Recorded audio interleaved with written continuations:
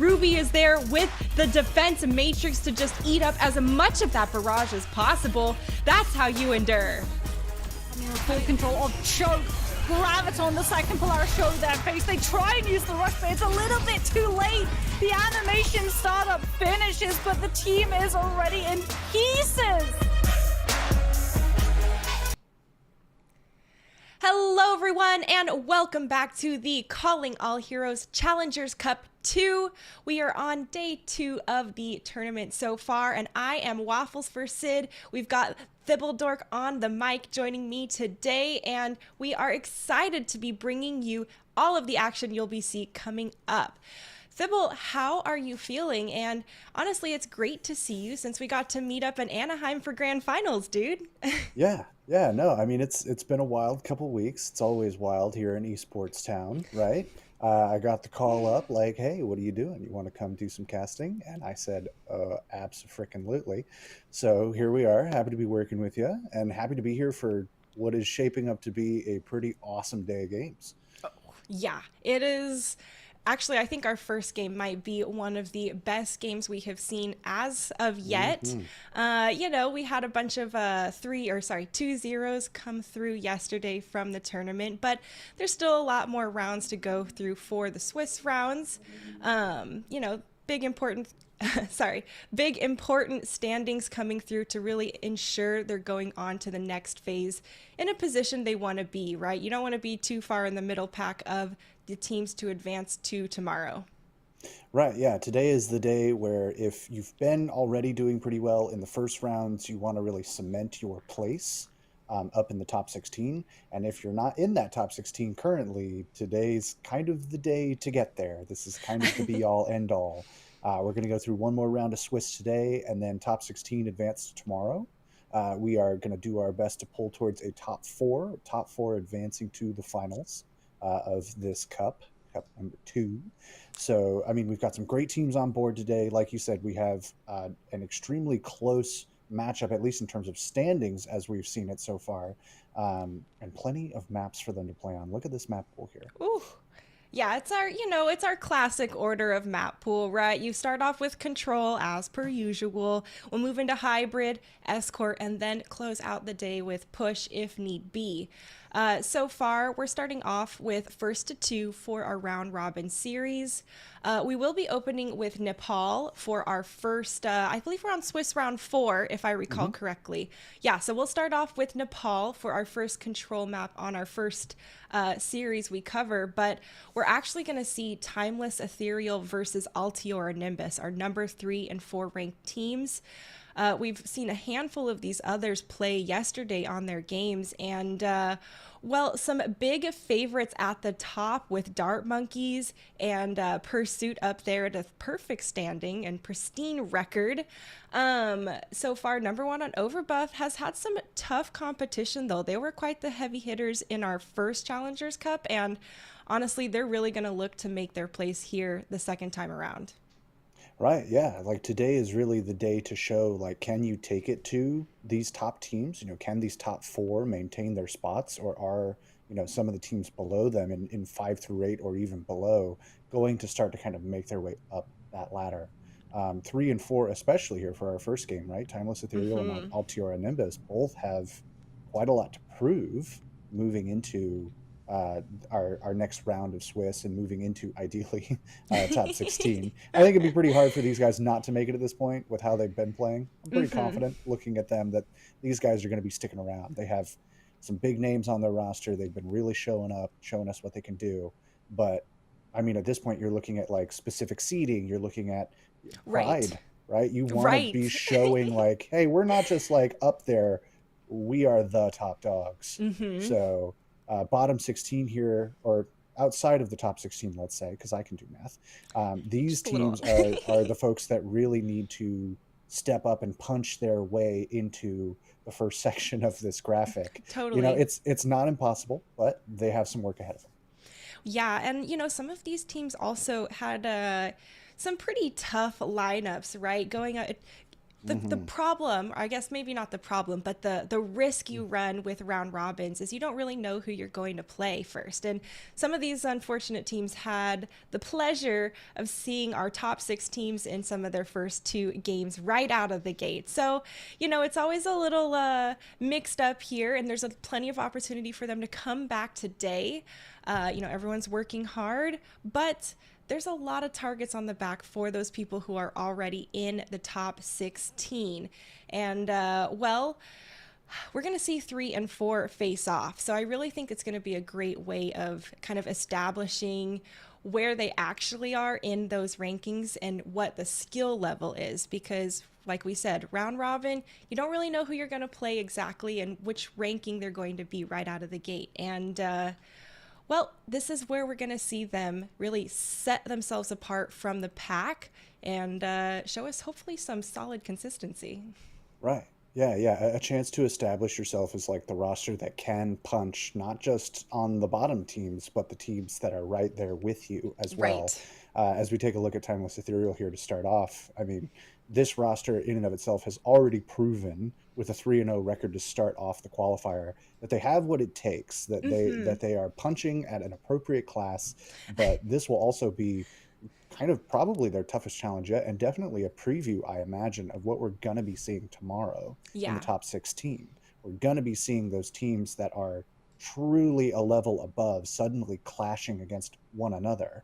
So this will be a great opportunity to kind of see what this group of gamers right here can get into. You've got Jim and Jam, which are just fun to say. I just want to say those 2 together.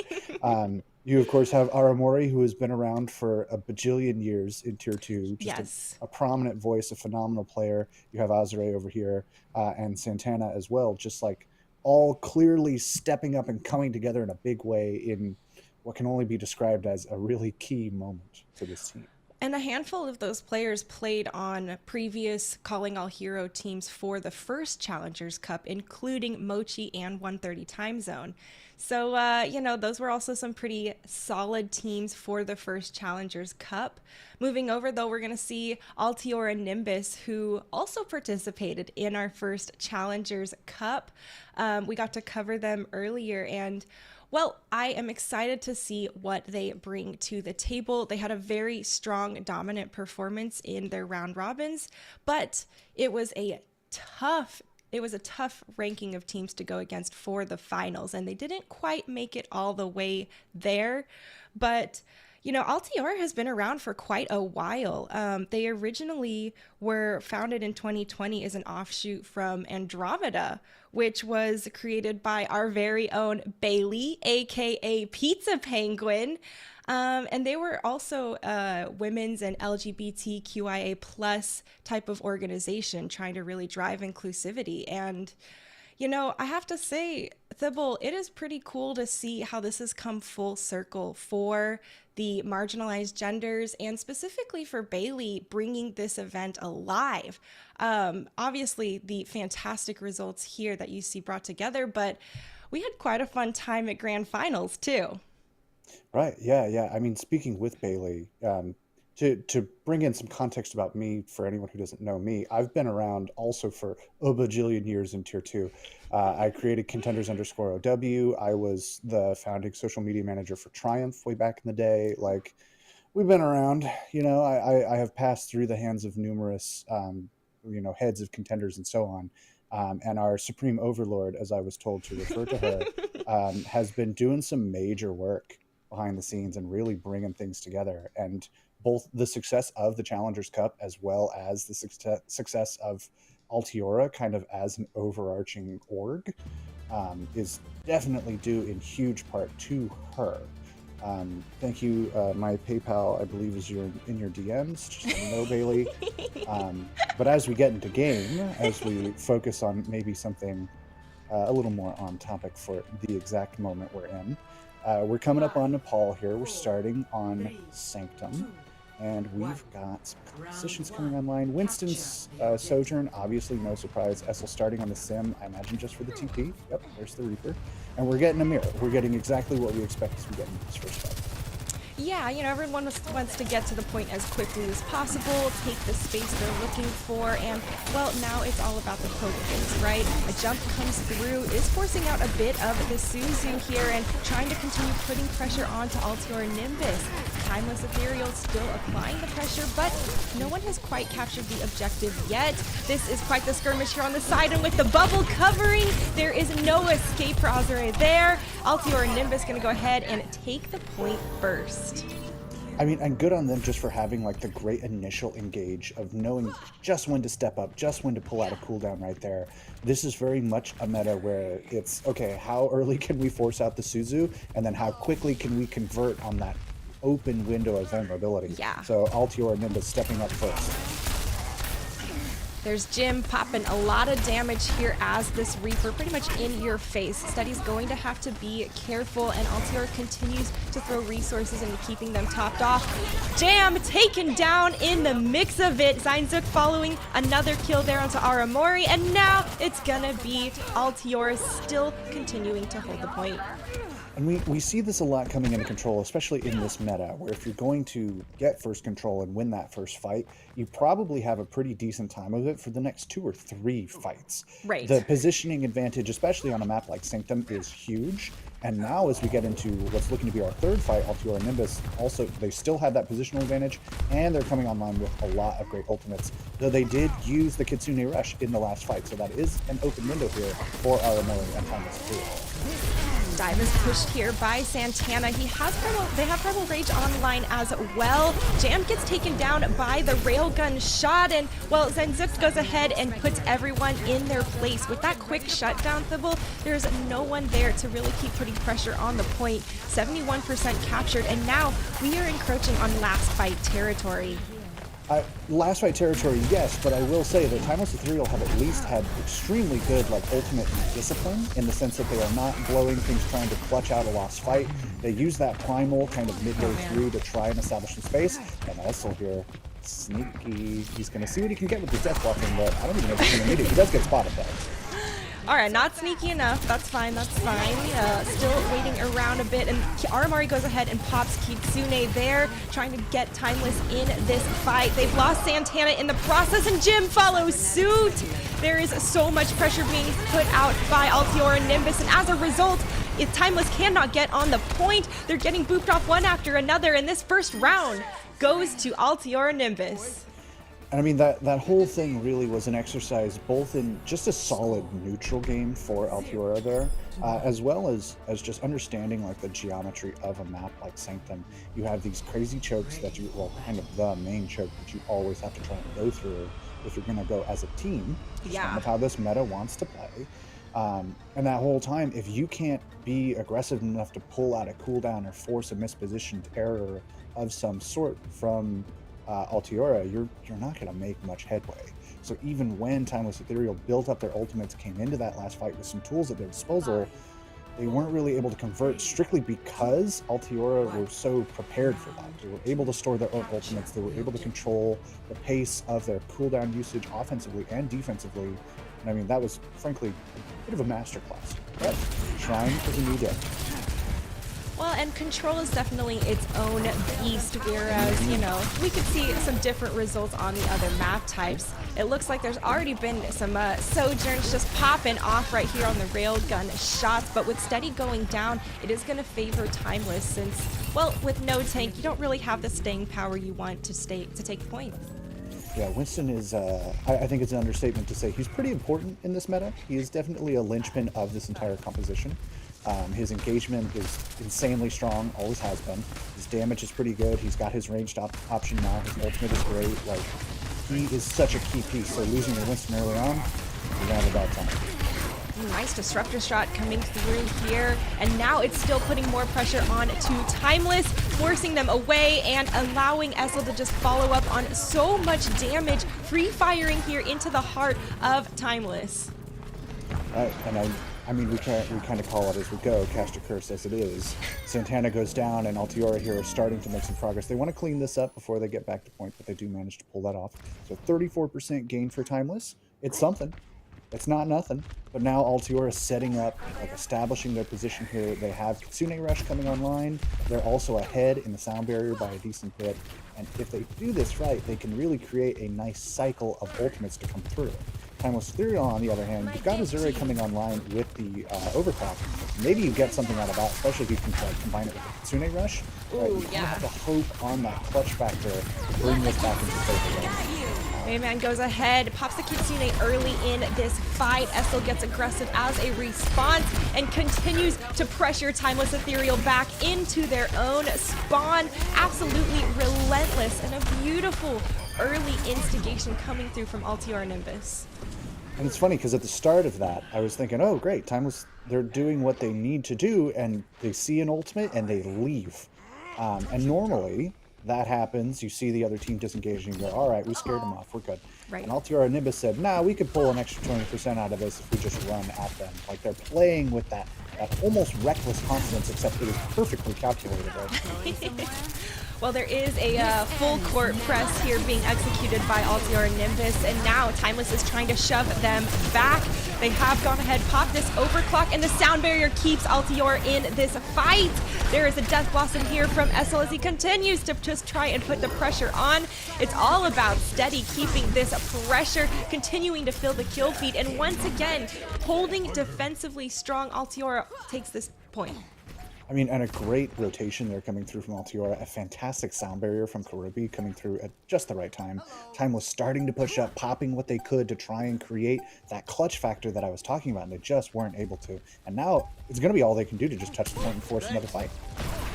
And this is not where you want to be when you need to engage. It's so much more difficult. You have to be perfect. Sound Barrier is here for Timeless to try and keep them in this fight, but with Jam going down shortly after they already are hurting on their support side. The point continuing to try and they flip the point in their favor, but Altiora has not given up. They don't have to take it right away. They're going to cap it back themselves, win the fight, and go ahead and look to win this map, Thibble. Yep, with overtime rules as they are, that's an easy dub there for Altiora. I mean, it's just a rough spot to be put in if you're Timeless, right? You're engaging with the sound barrier to force overtime. Don't listen to Wizard Young. It's usually not a good idea to do that. Hiroki coming through here with the game. I don't know what it was. It was not the sound barrier that I love so much over on Shrine. But even so, man, the guy was having a great game. Yeah. And just in general, I mean, again, I throw the word masterclass around, but that was kind of textbook as Nepals go. So a great showing there. Nice little boop. Whole thing, yeah. A little bit of everything. Well, Karopi really living up to their namesake of playing the frog hero on the board. And honestly, the Lucio has been critical to, allowing these teams to play at such a fast rate and really capitalize on some of those engagements and follow up on the dives that Winston is doing. Those Suzus are critical. You mentioned earlier how they're trying to get them forced out, and honestly, I think Altiora did a fantastic job at continuing to instigate and force Timeless to use those resources early. Yeah. I mean, I think a big thing that we often talk about in any level of Overwatch in any game is, are you playing your own game or are you forced to play someone else's?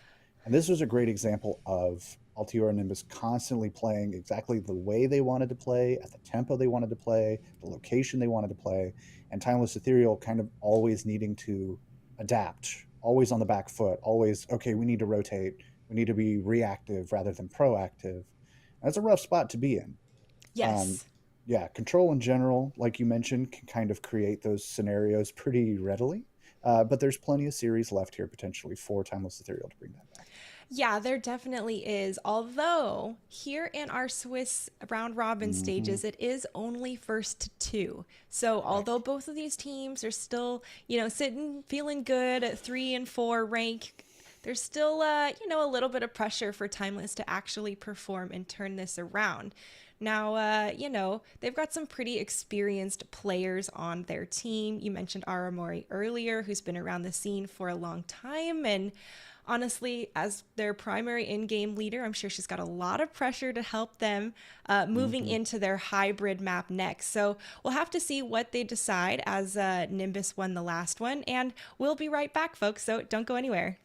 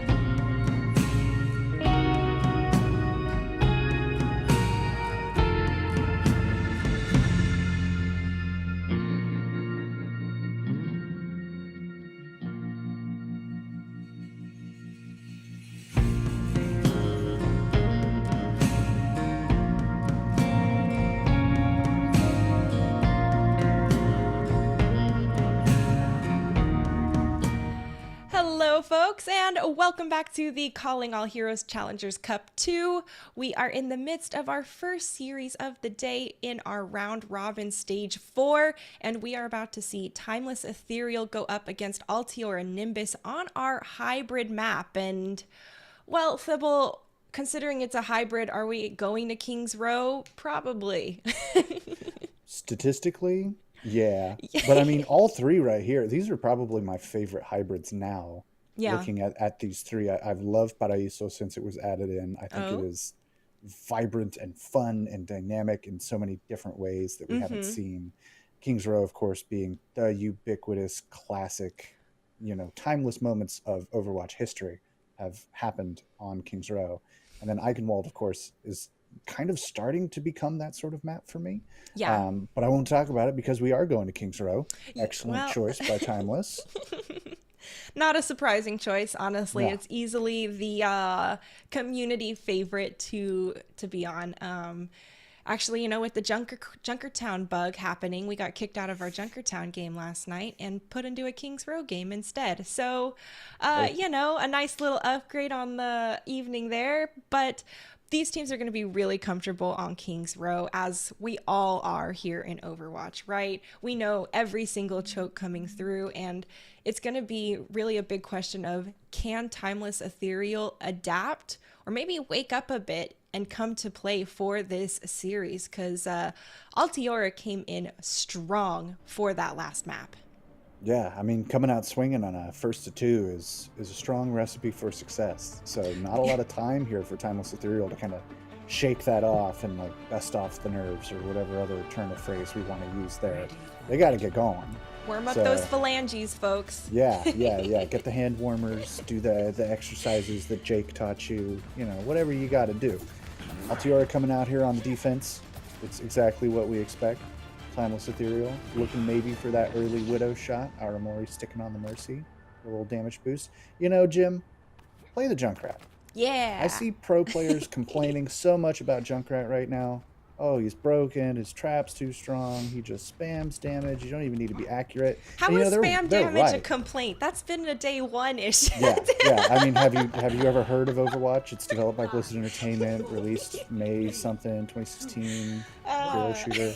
Come on, get with the times, people. Play some Junkrat. That's all I'm saying. I love it. So far, though, Timeless switching over to the mirror matchup. No surprise coming through. We saw that all through the grand finals as well. And it's the strongest comp we've seen so far in Overwatch, too. There's a early first pick, actually, of course, by Zenzup onto Jim. That's going to put Timeless here on the back foot, but they do have the spawn advantage, so resetting and regrouping is definitely in the game for them. Right, and you see Altiora here, do we push the advantage? How much do we want to lock up? There's that delicate dynamic of pushing but not overextending, even with a pick. Because, with the spawn advantage, it's not as big a deal as it is in other parts of this map. So, still playing very cautious, still playing a great neutral game. And not much progress made on the point, obviously, as we hit our first minute of this first round. Ooh, and there can be a fine line between over being aggressive and overextending, and it can turn on a dime as a result. Timeless here getting aggressive, but they're gonna have to play right into Mayman's Kitsune Rush. There's a pick onto Azure, and now it is all Altiora Nimbus continuing to corral Timeless Ethereal back to spawn. Yeah, just another strong start to that fight, not really giving Timeless Ethereal the chance to get things moving in a meaningful way. On King's Row especially, you need a pretty decisive fight to take this first point. There's always the chance at a little run back. You really need to be ready to lock it all the way down. Almost like TCP back in the day, but thankfully not nearly as bad. Sound barrier here for Timeless Ethereal as they continue to push and engage, and now we see Santana has gotten really aggressive in the backline of Altiora Nimbus. No worries, Primal Rage is online, and he decides to opt back to regroup. Gotta make sure you're here, and, lures the members of Altiora into the Death Blossom. Jam goes down as a result, and it's gonna be Altiora continuing to take down the members of Timeless. So, a great play, I think, from Santana as the Primal comes out. I like the extension into Streets, but didn't buy quite enough space, quite enough time, as Altiora start to kind of bring this back. That was a beautiful Zuzu by Mayman, but you know, in the end, it's still going to be tough here for Timeless to push forward. They lost Santana late in that, but Azure's hunting and takes down Kuropi as a result. They do go down in the end, but you know, there's still 118 on the clock. This is so scrappy, so back and forth. This is where the spawn advantage starts to come into play, because Timeless Ethereal do have it just slightly. So they get that second tick, maybe coming in for a read. No, they've got Kitsune. Yeah, engage with Kitsune here just to stall, but Kuropi does go down first in this fight. The payload the payload is captured. The point has been lost, and well, regardless of Altiora actually winning the fight, they did lose the cart. Yeah, I mean, they started winning after they had lost. You know, that's really the one-liner for this one, right? They come in, they immediately lose Kuropi despite dropping the Kitsune Rush there. The point is captured, and then they decide, we'll get a pick. You know, easier said than done, right? And Timeless Ethereal well executed on their push there. I mean, great extensions into the streets to really push the point, really buy yourself some space, and then getting back onto the point and defending from that position where they were initially trying to attack to. Right. Really gave them the topography to make it happen. And now another Kitsune Rush coming out from Aramo. And that is a nice use of the Kitsune to help Timeless break through that archway. That is a really tough choke point to sometimes get stuck at when you're running back from your spawn. And now they have all of this space to roll the cart through during the streets. Absolutely. And I think as well, the synergy between that Kitsune Rush and Santana and Jam's initiations has been really, really strong. Because Santana's taking so much space off of that, jumping all the way in and really just pushing, and creating some huge space for Timeless Ethereal to be looking at. We see Death Blossoms online as well, and well, it's pretty much just a matter of time before they see who is the unfortunate victim of the damage. Timeless looking to continue engaging forward, and Jam has the sound barrier. That could be exactly what Jim needs to continue instigating and sustaining through the damage. There's the combo right there. Even though they're pushing into Mayman's Kitsune Rush, it's still Timeless coming through with all of the kills, Thibble. Man, it feels like we're back in 2017 with this meta sometimes, I tell you what.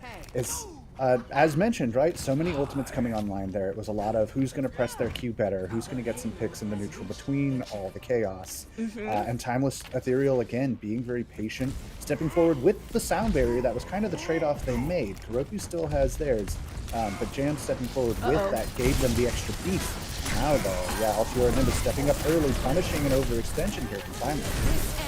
A big collapse onto Santana, forcing out the Primal Rage as a result. And now we can see that Timeless is still continuing to try and push this cart. They did lose a couple people. They're taking a little bit more of a reserved approach, right? Azure looking to charge up the railgun and pepper them down. Timeless here wants to cap this point, Thibble. There's only 2:15 left on the clock, and that is not a horde of time to work with. They definitely want to be mindful. Sound barrier popped by Nimbus, now going to make it tough for Timeless to push into and continue fighting this battle and taking the space they want. Steady is so low, burned down even in Primal Rage, and now Timeless is still going to try and push this cart. Oh, this is trouble. Do they see Zenzukt here on the side with the overclock? Can't hit his shots though. This is absolutely disastrous. You want to put so much more damage down, but a stall was successful. Enough to give Essel the Death Blossom? Thibble! What a great job by these DPS to hold the point, and now the clock's only at 1:30. Yeah, I mean, that whole overclock, right, did not necessarily get the value that we wanted looking at that from the flank, but it also was so distracting that it gave Essel the chance to just drop them 16.5 feet through an announcer's table at Hell himself. So now Altiora and Nimbus really reestablishing themselves, kind of understanding like the different way that Timeless Ethereal is playing, because they're absolutely shifting their style to a much faster, more aggressive play, which works for this meta. Altiora are starting to get wides. Wow, that is a beautiful opening shot. That is a huge disadvantage for Altiora and Nimbus, and now Timeless continues to get aggressive. I love the additional jump there from Santana as Zenzukt gets taken down as a result, and now it's going to be all about handling the trickle of Altiora and Nimbus out of either side of the spawn, Thibble. And this is what I'm talking about with that shifting style, right? Santana just being at the spawn door, not afraid to push up, not afraid to use his resources. He's getting support from his team as the primal comes through.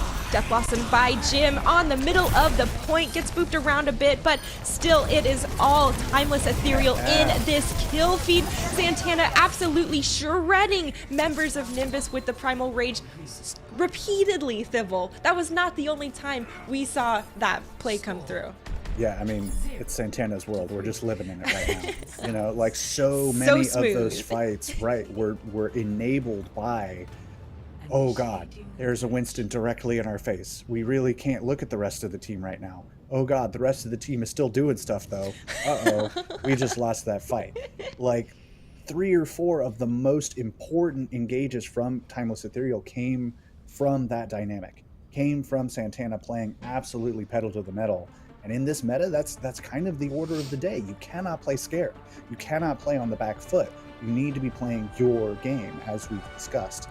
So this is really the switch that we needed to see them flip. Yeah. Sure, you've only got 22 seconds in the time bank, but finishing King's Row at all is still a feather in the cap. Totally. So now, Altiora Nimbus, the gauntlet's been thrown. You know, if you want to finish this on this map, you better show up, because they were starting to play on the back foot a little bit. They were getting wise. They were getting their picks here and there, but it was not enough. So this is their opportunity to, okay, bring it back. Hang on, everybody. We're still pretty good at this game. Let's do something with this. So steady there, whoa. Yes, whoa, mama, whoa. Hey. Easy there, Bessie. Yes, yeah. This is everyone's favorite horse girl movie coming to life in real time in Overwatch. You're welcome, folks. No one's surprised by the mirror comps we see rolled out here. Engagement around this statue, and well, we're gonna see who actually gets picked off first. Last time it was from a railgun. This time, is it gonna be from one of these tanks just engaging pretty much in the heart of each other's teams? They're constantly trying to circle around, and well, of course it's a railgun shot. This is a Sojourn meta, and at 19 health, Zenzuk gets really low, gets taken down by Jam on the aggressive chase, and I gotta say, Moxie and Dustin were right yesterday. The Lucios are having the times of their life in this meta. Yeah, I mean, any Lucio meta where your job is go, get in there, you're gonna have some fun with it. And Karopi and Jam, sometimes perhaps to their detriment, greatly enjoy that style of play here, as Santana again stepping up, still not afraid to try and recontest this point. That was a good Suzu rolling through here from Aramori, and now the point almost has 2 ticks in favor of Nimbus. Timeless goes ahead, steps on to defend and hold this point. Kitsune is going to get thrown as soon as it's ready, and that is going to significantly help Timeless continue to push Nimbus back. They committed the sound barrier on top of it, and with both support ultimate stacked, I gotta say Nimbus might be happy with that fight. Honestly, yeah. So expensive in terms of the support ultimates there for Timeless Ethereal. Mayman instead only opts to pop the Kitsune Rush, or I guess Altiora as a team instead only opt to pop that. Karopi now coming online, though, with their own sound barrier, and that is going to be the key advantage in this next fight. How can you use that to create some space for yourself? Like, here they go. Sound barrier is used from Nimbus because the Suzu was forced out early. Esso gets the first kill onto their counterpart as Jim, and continues to fill the kill feed. I love how aggressive they're getting, and there are no one should be escaping. Okay, good push here. They're gonna cap this point and easily take this space, and they want to hold before the archway. No one wants to get stuck trying to funnel through this archway. It's not a good time. Right, yeah, but Altiora have set themselves up so well here. Very disciplined with their ultimates. They knew they were only going to need that sound barrier. Again, acting with that confidence that they need. And now they have all their toys to play with to hold this choke point. But Timeless Ethereal stepping up and using some of their own tools, saying, no, man, we don't want to get caught here anymore. We want to keep us. I want to give props over to Timeless Ethereal for, being able to focus fire down steady when they're primal raging. That is absolutely insane how quickly they are dropping to low health and forced to return and retreat to their supports. And this is almost a whole different team than what we saw on our first map. Right, yeah. I mean, we talk about Santana stepping up. We're talking about Azure here hitting the shots in these last couple fights, like really making the difference. Like you said, in a Sojourn meta, it is, are you going to hit your shots or not? now, the answer is yes. They're steady, guys. Yeah, and I mean, that was a little tall ask and a lot of pressure on the DPS. Kitsune used right up there on the high ground by Mayman, and now Altiora is continuing to try and push this payload. It is an absolute chaotic battle, and they have not been able to move this cart very much. They are still continuing to pressure and push Timeless back, but it is all, it is gonna be tough. Yeah, I think looking at a fight like that that's taking place behind the first point after it's been captured, that's generally speaking to, okay, we've got the download. We know what we got to do. We have consistently won this fight. And now immediately they take that point, they throw Karopi on the cart, say, dude, don't go tweeting on this right now. And just step up, take the space. Setting up here on this corner, just sitting steady, sitting pretty, waiting. I like this move from them as well. Backing up. You don't need to overextend. Let them come forward. Let them use their approach breaks and stuff. Let's just get out of here. We've got the time. Yeah. We're confident that we can do this. Looking for the Kiriko there, not around the corner. And you're right, this is a beautiful retreat coming through from Altiora Nimbus. You don't need to engage when they've committed such valuable resources like the Kitsune. Zenzuk goes ahead, uses the overclock, and now is hunting for the kills, throwing in the damage into Santana, who's gone ahead, used that Primal Rage. Steadies use their Primal Rage as well, and once again they get mowed down in the process of it. So much damage being output by Timeless Ethereal to take down a Primal Raging Winston Sybil, and honestly, it is tough for them. They almost had that fight win there, but Timeless seems to really feel strong and seems to be adapting to this playstyle. Yeah, it's the closest it's been so far in terms of fight wins, right? Both teams are really taking the hits and dishing them out in equal measure. Altiora, though, coming online with an ult advantage here, right? Timeless Ethereal really had to burn every candle to make that fight happen. And they are holding decently well. There's not a ton of progress being made, but Altiora have a big opportunity here with that Kitsune Rush and that Death Blossom to really crack this thing open. There's Miman's Kitsune Rush being used to instigate this fight, and Essel gets taken down in the middle of a Death Blossom. That is an unfortunate result with so much damage taken off the table. Pretty much stopped Altiora Nimbus in their tracks, and now Timeless is here with a 45-second time bake, looking to hold before the second checkpoint. On Nepal, right, we were talking about the Timeless Ethereal just needs that clutch factor to stay in these fights. They need to get those picks. They need to hit those shots. That clutch factor is here, and their name is Azure, because goodness gracious. Like, that is just the play that you need. You're coming in with an ult disadvantage, with a positional disadvantage, and you just keep getting the picks. That is exactly what they need. I mean, we're 15 seconds away from a tied series. And Altiora here on the back foot, Timeless, aggressive, and, well, we talked about not wanting to get stuck in that archway, and that is unfortunately what's happened to Altiora. Mayman's already out of the picture, and it's just Essel here trying to stall and touch the point, staying out of sight of Azure's railgun. Does manage to outlive just long enough, but there's so many people around on Timeless Ethereal that is only a matter of time before they handle everyone trickling on. That's going to be Timeless Ethereal tying up the series. And I mean, we talked about this one being close. We talked about this being number 3 versus number 4 and how it needed to show us what these teams could do. And we're seeing it. We're seeing the clutch factor come out. We're seeing the ult discipline come into play.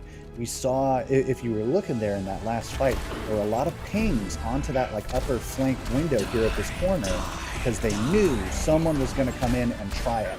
And as if on cue, Jim walked forward. Essel walked forward, color switches, and Azure was ready. Azure was there, had the ultimate waiting, and said, yeah, you're going to go hide behind the cart? I'm going to stare at you, and we're going to just see what happens here. You know, they were acting with such confidence and with such a plan clearly in place, and that is exactly the development and the evolution over the course of a series that you need to see for a top team to stay a top team. Agreed with you there. And, you know, we were talking behind the scenes during our first break that we were a bit surprised about Timeless's performance on our first map of Nepal. We know these players and they're quick they're typically quite powerhouse performers. And, this adaptation that we've seen come through here on this second map really goes to show you that is what they bring to the table. Now, first to two, one round to calibrate, definitely puts the pressure on, especially for their fans out there. But nonetheless, the 1-to-1 score definitely shows that there is some adaptation and growth coming through. And I gotta say, I wonder if Timeless will be able to handle Nimbus's map choice pick on Escort next. Folks, will have to see exactly how that unfolds. So top off your water and we'll be back.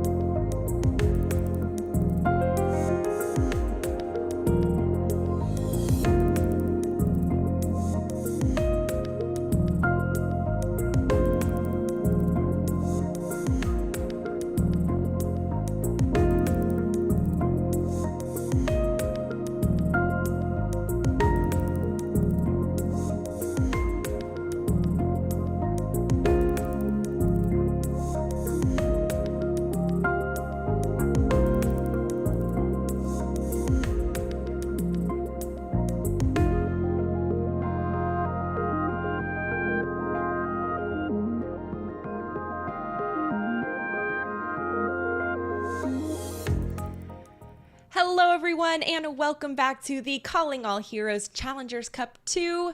We are at our match point of the series, and Thibault, it's tied up between Timeless Ethereal and Altiora Nimbus.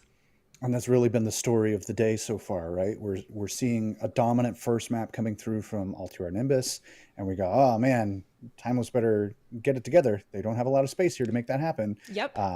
And then, lo and behold, on Kings Row, they step up. They play an entirely different, more aggressive, more salient sort of style, much like Elon's lines of code. And now thank you. We're heading over to Escort now. Tons of options here looking at these three. We've got a great pool the more I look at it. Circuit Royale has so many opportunities for hit scan play, for some Sigma, like a little breakaway from the meta. Though lately that has been happening too much.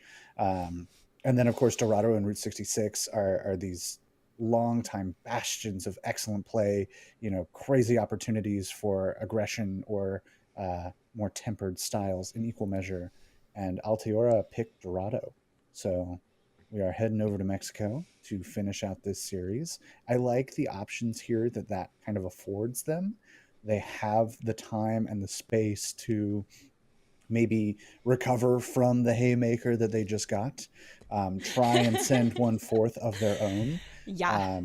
Because I think, like, if you're Altiora Nimbus, right, and you go into Nepal and it's like pretty easy going, you're like, great, okay, cool, we're going to maintain this momentum, we're going to keep playing forward, we're going to keep being those people. And then you come into King's Row and it's like, whoa, wait, hey, hang on. Whoa. Yeah. So, like, this is the chance now for them to be like, can we get back to, as I was saying earlier, per my last email. And then on the other side, Timeless Ethereal are like, whoa, yeah, okay. Oh, the juice is flowing now. We're starting to get the download. We're starting to figure out how we want to do this. Let's do that again, please. They had their retrospective. Yeah, they've already gotten to the point where, like, yeah, we're done looking back. We figured it out. We're moving. Come with us or not. So they really want to maintain that speed, maintain that ferocity of play. And we see here on the defense a little wrinkle coming out. We got Jim on the Echo here. Okay. I dig it. It's different.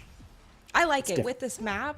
I think the levels would help, and there's a lot of good cover opportunities where you don't have to just float out in the open vulnerable.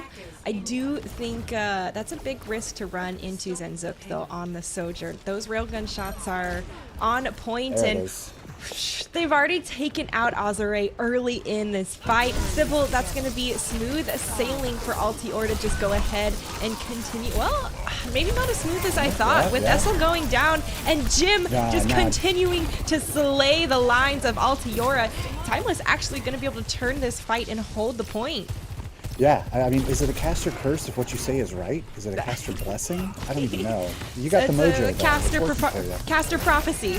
yeah, there we go. Apollo with the gift of prophecy. Have a dodgeball. Yeah, Jim stepping up in a big way, keeping Essel down. I mean, the focusing beam especially is such a great counter.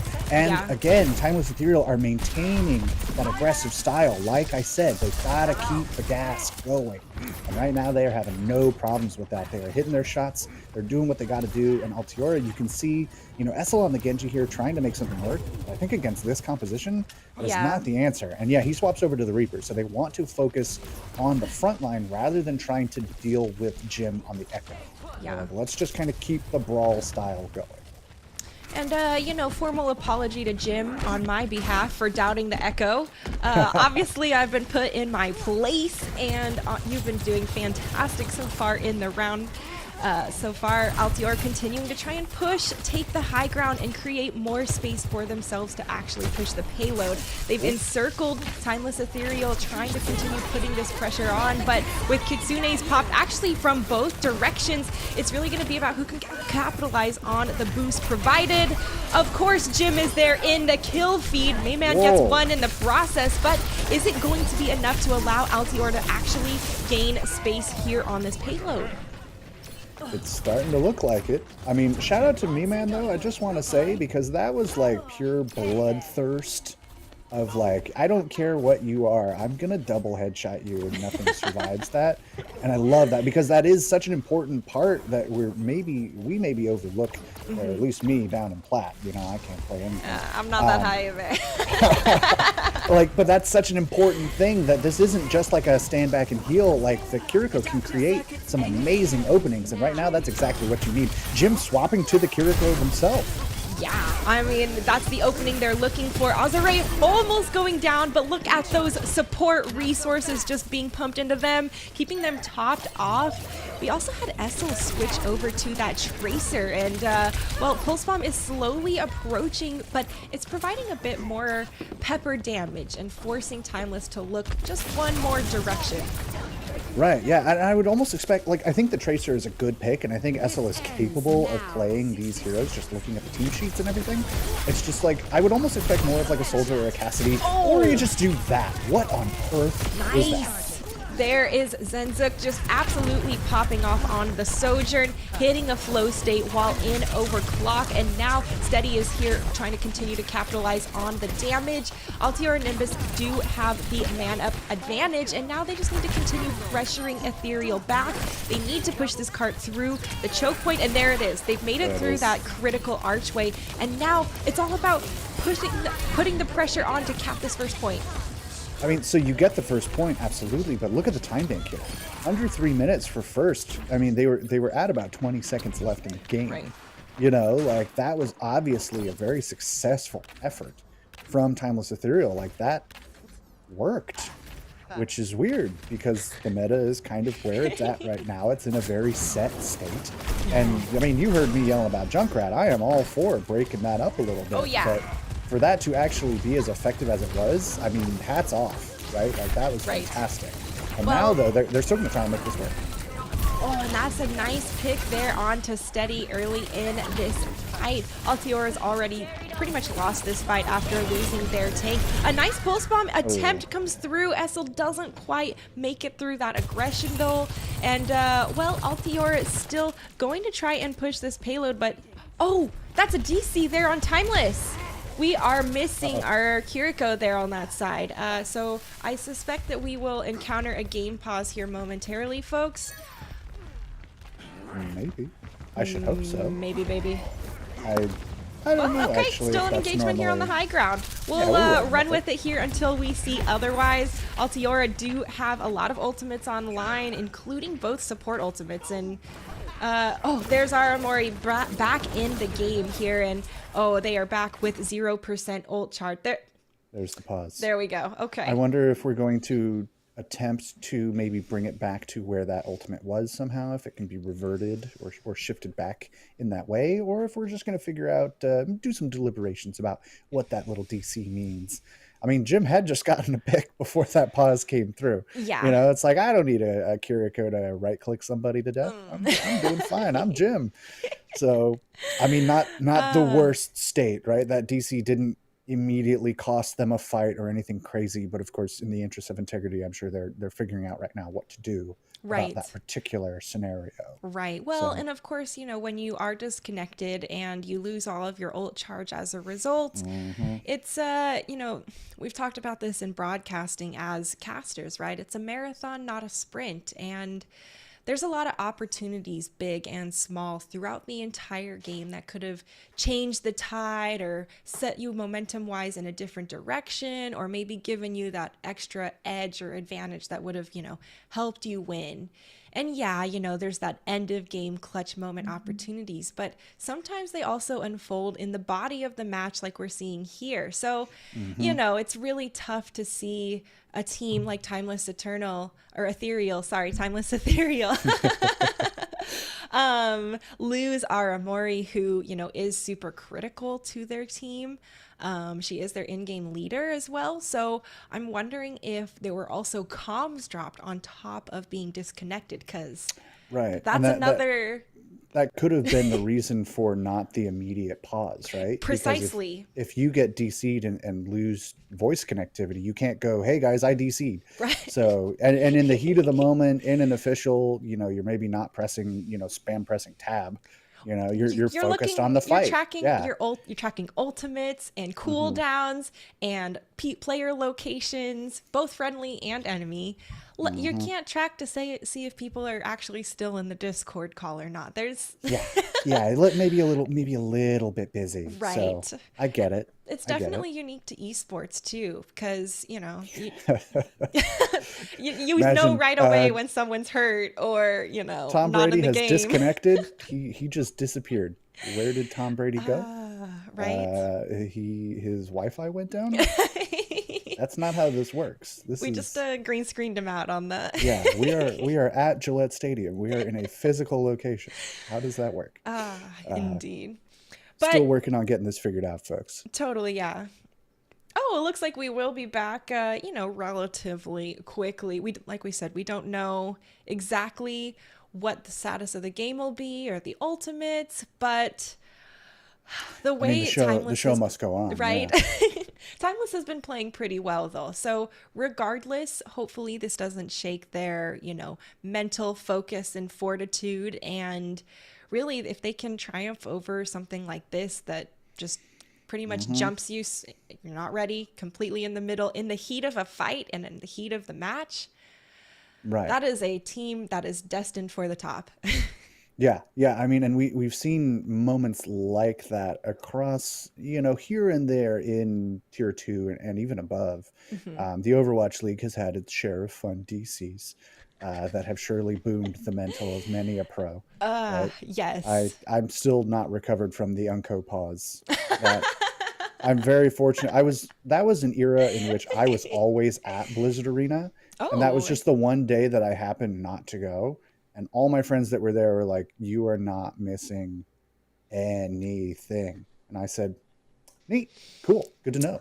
So ah, yeah, I mean, like you said, right? If right now, as they're sorting out this pause and hopefully getting us back in the game pretty soon, this is a moment for both teams to take stock, kind of figure out where you're at, where you want to be, what to yeah. do, especially with our Amori coming back online. If that ultimate is not restored to, admittedly, whatever percentage it was, I didn't catch that. But I mean, a Kitsune Rush is so key right now. It's kind of one of your primary engagement tools, and losing that is big. We could say that's big, Oh, you know? definitely. Well, and the Suzu has been critical to, Hmm. I mean, the team compositions in Overwatch 2 in general, how early the Suzu is forced out and, afterwards what the team does to capitalize now that that huge immortality moment is no longer on the table to bail them out has been critical. So, I'm hoping the best here for Timeless. It looks like they're still milling around on a decision on exactly how we want to move forward with the game. Hmm. And honestly, considering the fact that both of these teams are highly competitive, they've been around the scene, and many of their players have been around the scene for quite a while. It's not an easy decision. Everyone here wants to No. play good games, and no one wants to win on a Especially in a way like considering, that. right, yeah, especially considering for goodness gracious, for Altiora, right? You're coming out, you're struggling as it is, kind of dealing with, how this series has gone, maybe, or trying to figure out how to like really get back onto your best foot and show us what you can do. They were starting to struggle a bit against the pocket pick from Jim. That Echo was Yeah. putting in work. And then, if your time was ethereal, like, do you want to like fully redo this map when kind of your secret strat was the linchpin Right. around which you were being successful? Yeah. And maybe they pull that out again and Jim just keeps pounding, right? And good Totally for Jim, possible. Yeah. right? He's But dead, Jim. also, yeah, right, exactly. Yeah, if Jim can just like, I don't care if we remake it, I'm still going to destroy them on the Echo. Power to you. But if you turn around and remake this map, and Altiora says, "Well, we know there's an Echo," they have the opportunity to re-strategize, reformulate their battle plan, and that is definitely an advantage of sorts to consider. So, I mean, Yeah. this is not an easy sort of deliberation to be making when you're looking at a scenario like this at all. So that's No. why this is probably taking a second, because there's a lot of back and forth to be had on, Yeah. do we just keep going? Do we remake this somehow? Do we try and get it back to the exact state, but it's never going to be exactly the same? How do we Right. do this? Right. Like, that's tricky. It's a tricky Yeah. question. Don't worry, folks. We're not holding you hostage here on the mic and in this caster scene away from the game. We are trying to get back to it as quick as we can. But Um, I got to with Caster, with start these game, play. please. Oh. Caster, can you start the game? Right. I'm not reading Twitch chat. I just know it's there. I hear you guys. I'll hit the button one of these days when I feel like it. We want to, trust me. If a But caster had their way. right. I am curious though, Timeless Ethereal has some players who have been together for quite some time. They all played on Mochi Mhm. together, and they've played, on Mochi together repeatedly as well. Mhm. And Altior Nimbus really only comes together for the Calling All Heroes tournament. I was talking to the founder, Firin, and they were letting me know that typically the Altiora Nimbus team actually competes on other Overwatch Path to Pro teams during the season. And this is one of their more unique opportunities to really unify themselves and come together as one instead. So, maybe that's kind of what we're seeing here for our second map and a little bit of the struggles and less familiarity than what we see coming through from Timeless. But they captured that first point on Dorado, and their time bank was starting to look pretty good as they rolled to the second checkpoint. So I think that they're starting to find their groove a bit more. But you were talking about Jim earlier on that Echo, and maybe the surprise is ruined, and they're going to be able to combat it right away. But if you can be so good at Echo that no one's going to take you down regardless, and you can play the counter all you want, they're going to hit those shots, hit those stickies, and their teammates are there supporting them, you don't have a chance. And the way Jim was playing, in my opinion, was really a masterclass around some of those elements, and they're getting the backup they needed to be that aggressive. I'm not sure that whether or not you're surprised if you're going to be able to be ready for Jim in their flow state currently.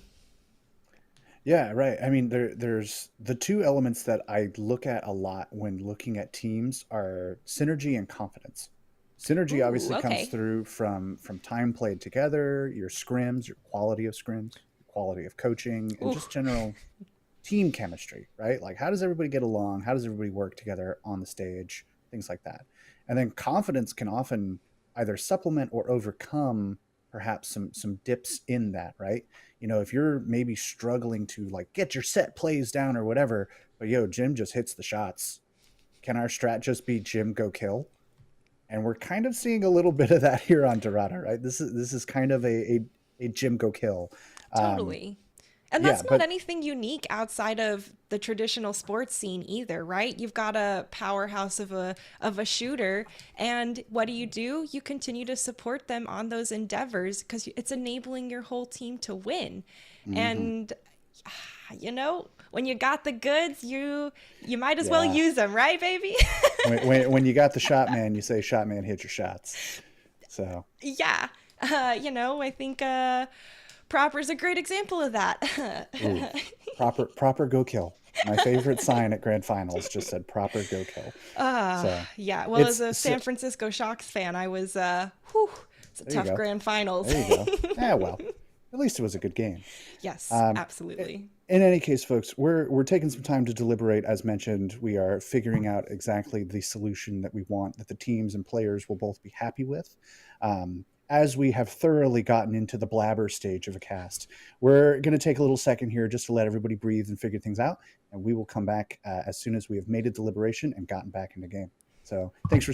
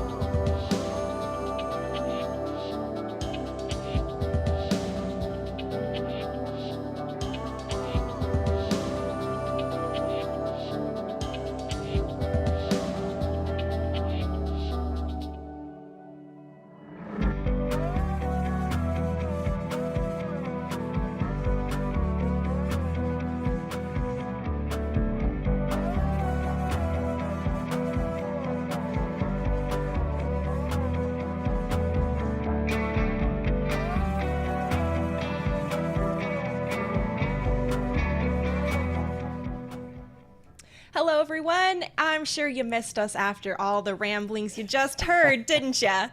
Oh, I'm sure either way. But Sybil, we're about to move over to our, well, I guess it's the same escort map, but same escort round, new map in the mix though. After the disconnect we had, we're going to be moving over to Circuit Royale to kick us off and refresh the competition. Yeah, I mean, I think just we didn't hear any of the deliberations specifically, but I'm sure just in the interests of competitive integrity and everything, seeing strats come out, you know, it was probably better in the eyes of the teams to start fresh somewhere else rather than go on Dorado again and try and do the exact same thing, but maybe different. So yeah, Circuit Royale is the fresh slate for everyone. It's, I suppose, the fair solution to go into here. And Circuit Royale, I mean, I was talking about it before we knew what map we were going to, before Dorado even, like, it's still a great spot for some opportunistic flex picks, for a little cheeky echo, for some double sniper situations. Yes. Like, there are lots of options that we've seen at all levels of play on this map, as people, frankly, are still kind of figuring it out, right? It's a new map. It has lots of layers to it. The further in you go, the more opportunities for tomfoolery and shenanigans. So I'm still excited to see what happens here, because we've had a great series on our hands. We have these two teams really trading blows in a fantastic way. Yeah. And this, I suppose, will be the culmination of all the chaos that we've seen in the past however long. Right. Let's see, we're encroaching on an hour, 10 minutes here, folks, for our first matchup. And, well, you know, the last hybrid was just a practice run for the teams, you know, feeling each other out. And on Circuit Royale, you're right, there are a lot more opportunities for the shenanigans to change up our, you know, standard team comp we see with the Winston and the Sojourn and the Reaper.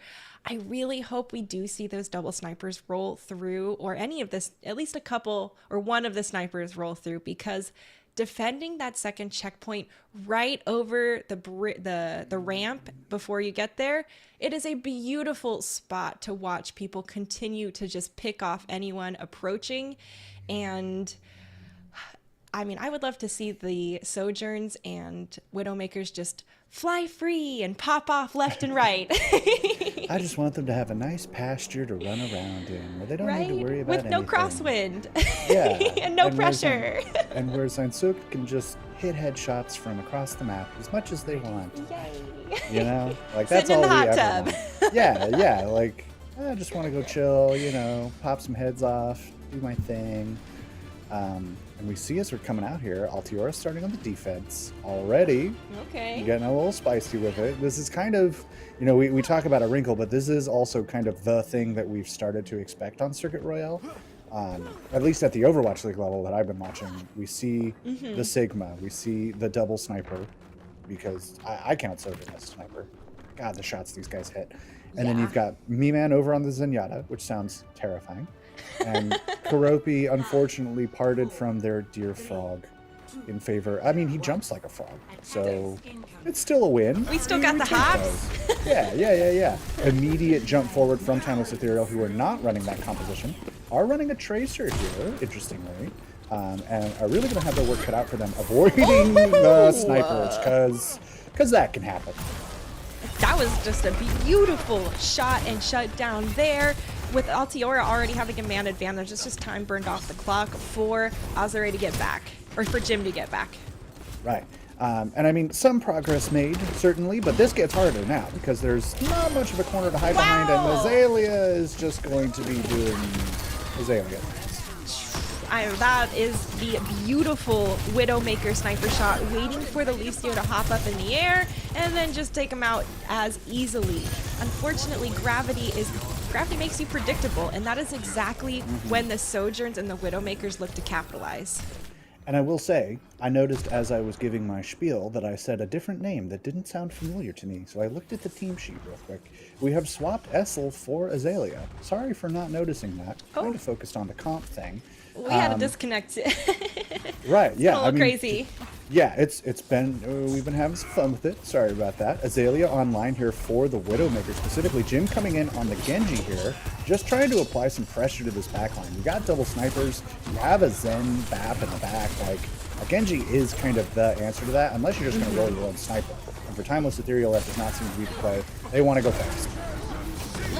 There is the Gravitic Flux coming through here. Steady goes ahead, continues to put the pressure on, but Azalea's gone down as a result. So far, Altior and Nimbus trying to hold this defense, but Timeless got the momentum, continued to roll it on forward. Yeah, and I think there was a little bit of a disconnect there between Steady stepping forward, popping the ult, trying to get something done, and Timeless Ethereal going, oh, that's an opening. Let's go for it, and just running. Doing, I mean, what has been bringing them success in this series so far, right? The thing that I've been saying that they keep needing to do as they cap this point. Just running forward. Santana taking the space, making those openings happen. Azure now on the Tracer, getting some work done, has a pulse bomb online. Jim approaching the Dragon Blade. Jam approaching, Jim and Jam, that's fun. Jam approaching that sound barrier, but on the other side, Altiora looking at 4 ultimates here pretty soon. That pulse bomb's going to build quick. You got full support ults. That Transcendence especially is going to be clutch. Probably saving that for the Dragon Blade, obviously, but that's a dynamic you always have to pay attention to. Pulse bomb thrown here into the back, doesn't find anyone, but still going to be putting pressure onto Altior and Nimbus. Ethereal moving forward here, trying to continue farming up this Dragon Blade for Jim, who's just at 92% right on the cusp. There's the pulse bomb there from Azalea, not finding a kill themselves either. Are brought down low and taken down as a result. Now that Timeless is up by 1, they continue to get aggressive, but Meman goes ahead, uses that Transcendence to save their team, keep them in this fight. Jam used Sound Barrier to stack on top of it, and now Jim uses the Dragon Blade to continue fending off Altior and Nimbus. That was such an interesting start to that fight, especially because Zainzuk popped the overclock, and immediately Timeless Ethereal backs off, which I think is the move. And then Azalea goes, well, they're just clustered in there, I'm going to go in, and gets picked off. So suddenly you're in this position of power initially, where you have the ultimate, you're forcing them to just kind of sit, and then you overextend and kind of cause some problems for yourself. And now Timeless Ethereal kind of just walking up for free. Nimbus wants to hold the cart here just before the second checkpoint. Keropi falls very low and manages to save themselves. There's still a lot of damage being thrown out here by Timeless Ethereal, but Nimbus trying to find the kills. Santana gets 2 with a Primal Rage and once again has so much value from that ultimate. It's not enough. Altior and Nimbus manage to hold just before the second checkpoint, and that is massive, Thibble. I mean, and that was just Altiora playing very kind of spread apart, and Timeless Ethereal all going, which way do we look? Hang on. There's a lot going on. Particle effects. So it just got a little discombobulated for them there. The Primal didn't get, I mean, it got a lot done, right? But it didn't fully win that fight, and you kind of needed it to, because Steady coming back online, all his cooldowns and everything, like, you're gonna start to overwhelm them with that sort of advantage. And that was both on both. Do not get us down. Run after another, almost in the exact same spot, but Altior and Nimbus still going to hold this defensive point. We can see Zainzuk here on this Sojourn not receiving very much pressure. They were able to just free fire into the back from their own back line, and Timeless is having a hard time pushing into this exact ramp part I mentioned earlier. A very interesting swap here. Jim now on the Sojourn, not Azure, because Azure is still on the Tracer.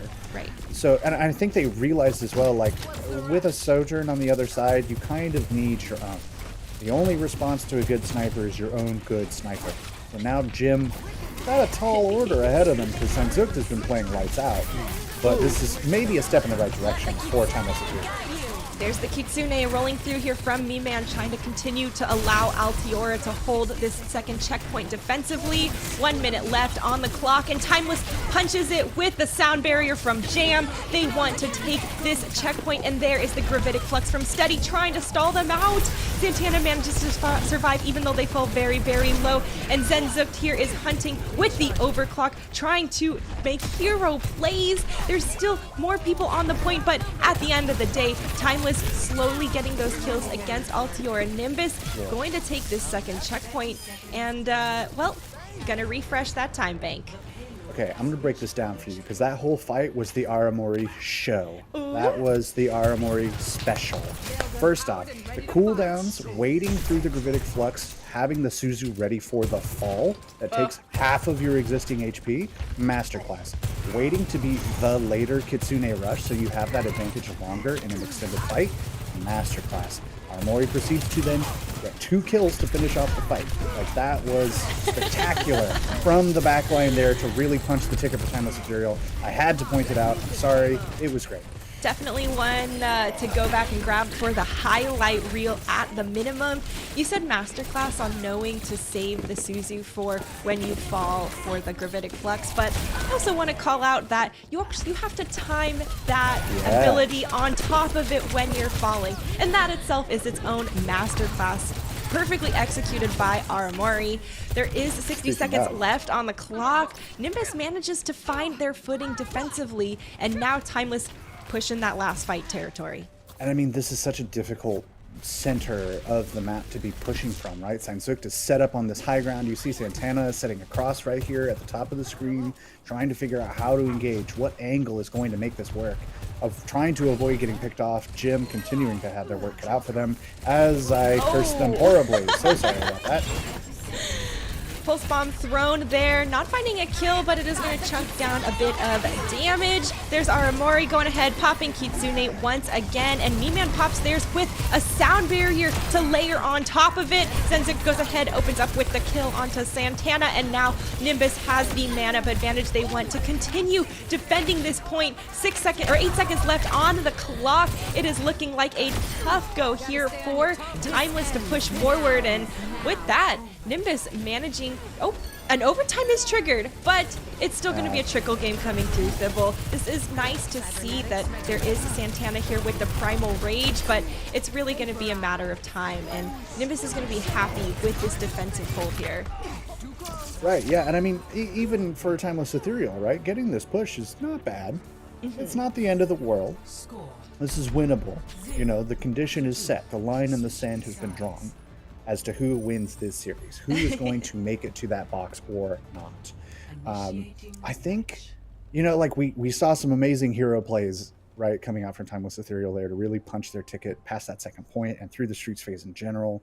But I think kind of the big thing for me was seeing that Azure and Jim were kind of forced to swap. You know, maybe Jim not as comfortable on the Tracer today, just not really feeling it.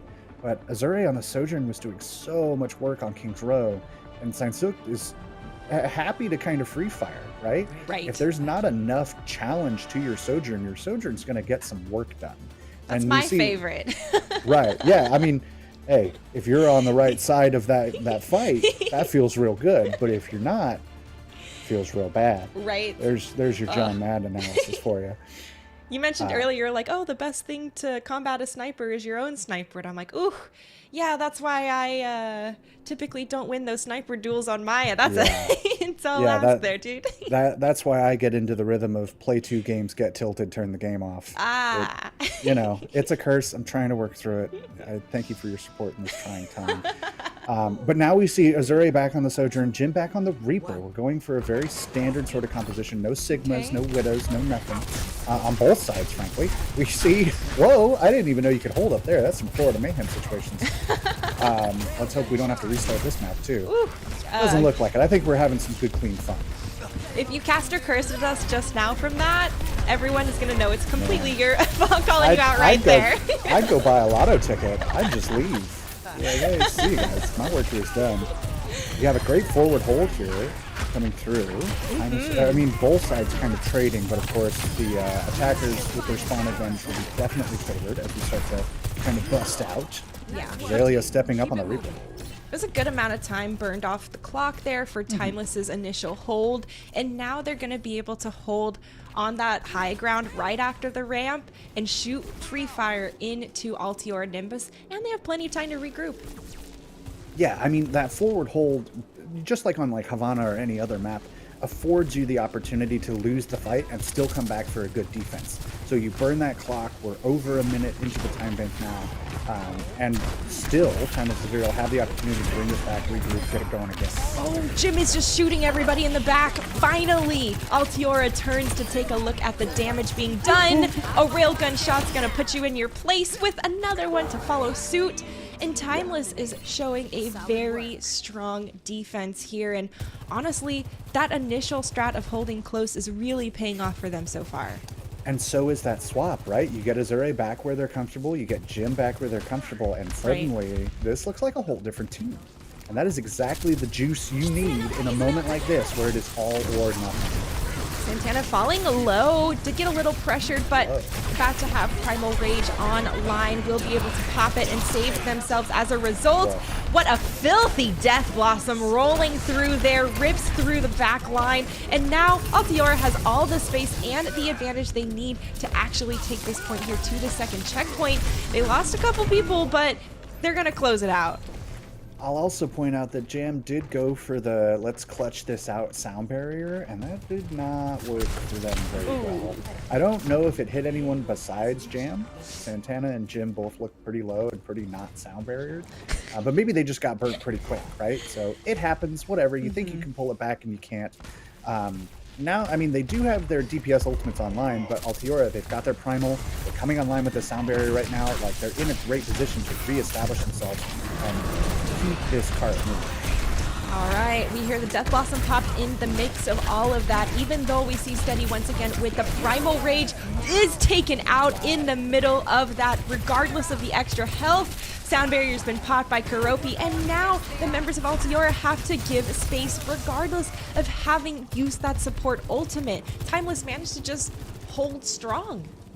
Yeah, I mean, Timeless just burned. I think you talked a little earlier about their focus fire and how when Steady pops that Primal, Steady has 3 seconds to live. Right. You know, and that was kind of a chief example. He steps up with that ultimate, the sound barrier even coming in maybe a little late, frankly, for my tastes, and Timeless Ethereal immediately take advantage of that window and just burn, just focus fire. But now it's like, ooh, with the overclock, yeah, you better run. Get out of there. Santana has a good shield drop, bubble shield drop there, just as the overclock pops, allowing their team to be protected and actually giving them the opportunity to retreat, regardless of Zenzook's ability to slide forward and get aggressive. Now Altiora has taken the space, though, created by that overclock to continue moving this cart. Kitsune in the midst of the Death Blossom here from Azalea. No kills either way. Jam almost falling low and does manage to survive. Aramori's Kitsune is popped for Timeless as they continue to try and hold this defensive checkpoint. Members of Altiora going down one after another, and with 2:23 on the clock, Timeless continues to hold this second checkpoint.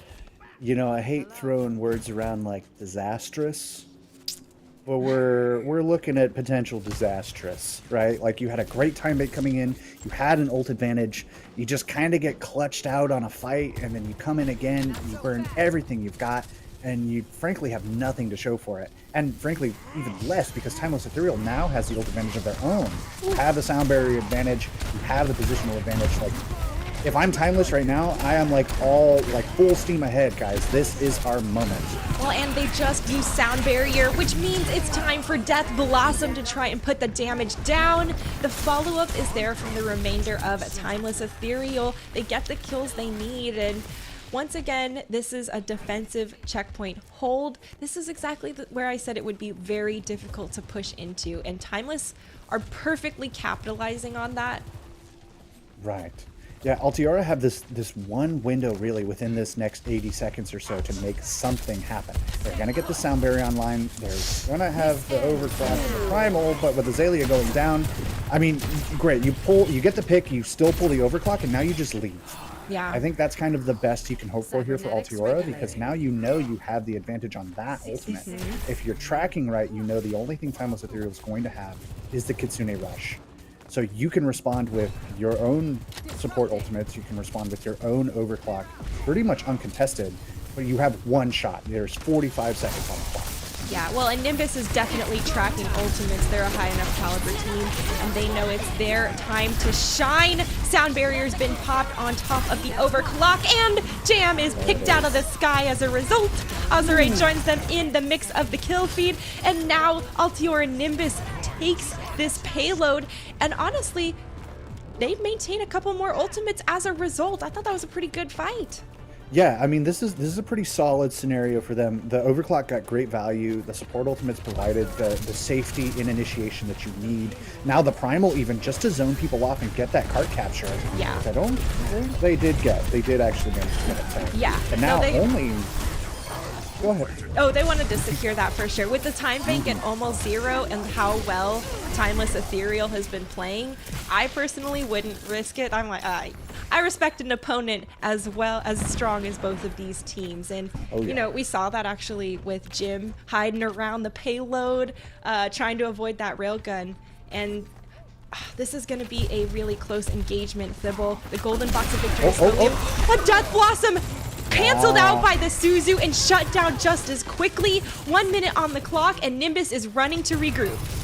Yeah, I mean, that's all you have to do, right? You cannot afford that Death Blossom was your one tool. You are not going to get ultimates unless, I mean, if Samsung gets like, nope, never mind. Oh, I'm so sorry. I'm really sorry. I'm getting back into the whole caster thing. I forget about the curse sometimes.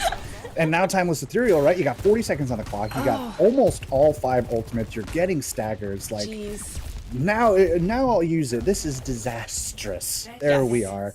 You can maybe pull the overclock and the Kitsune. I mean, the both support ults for Altior and Nimbus, but like almost versus already with 20 seconds is huge.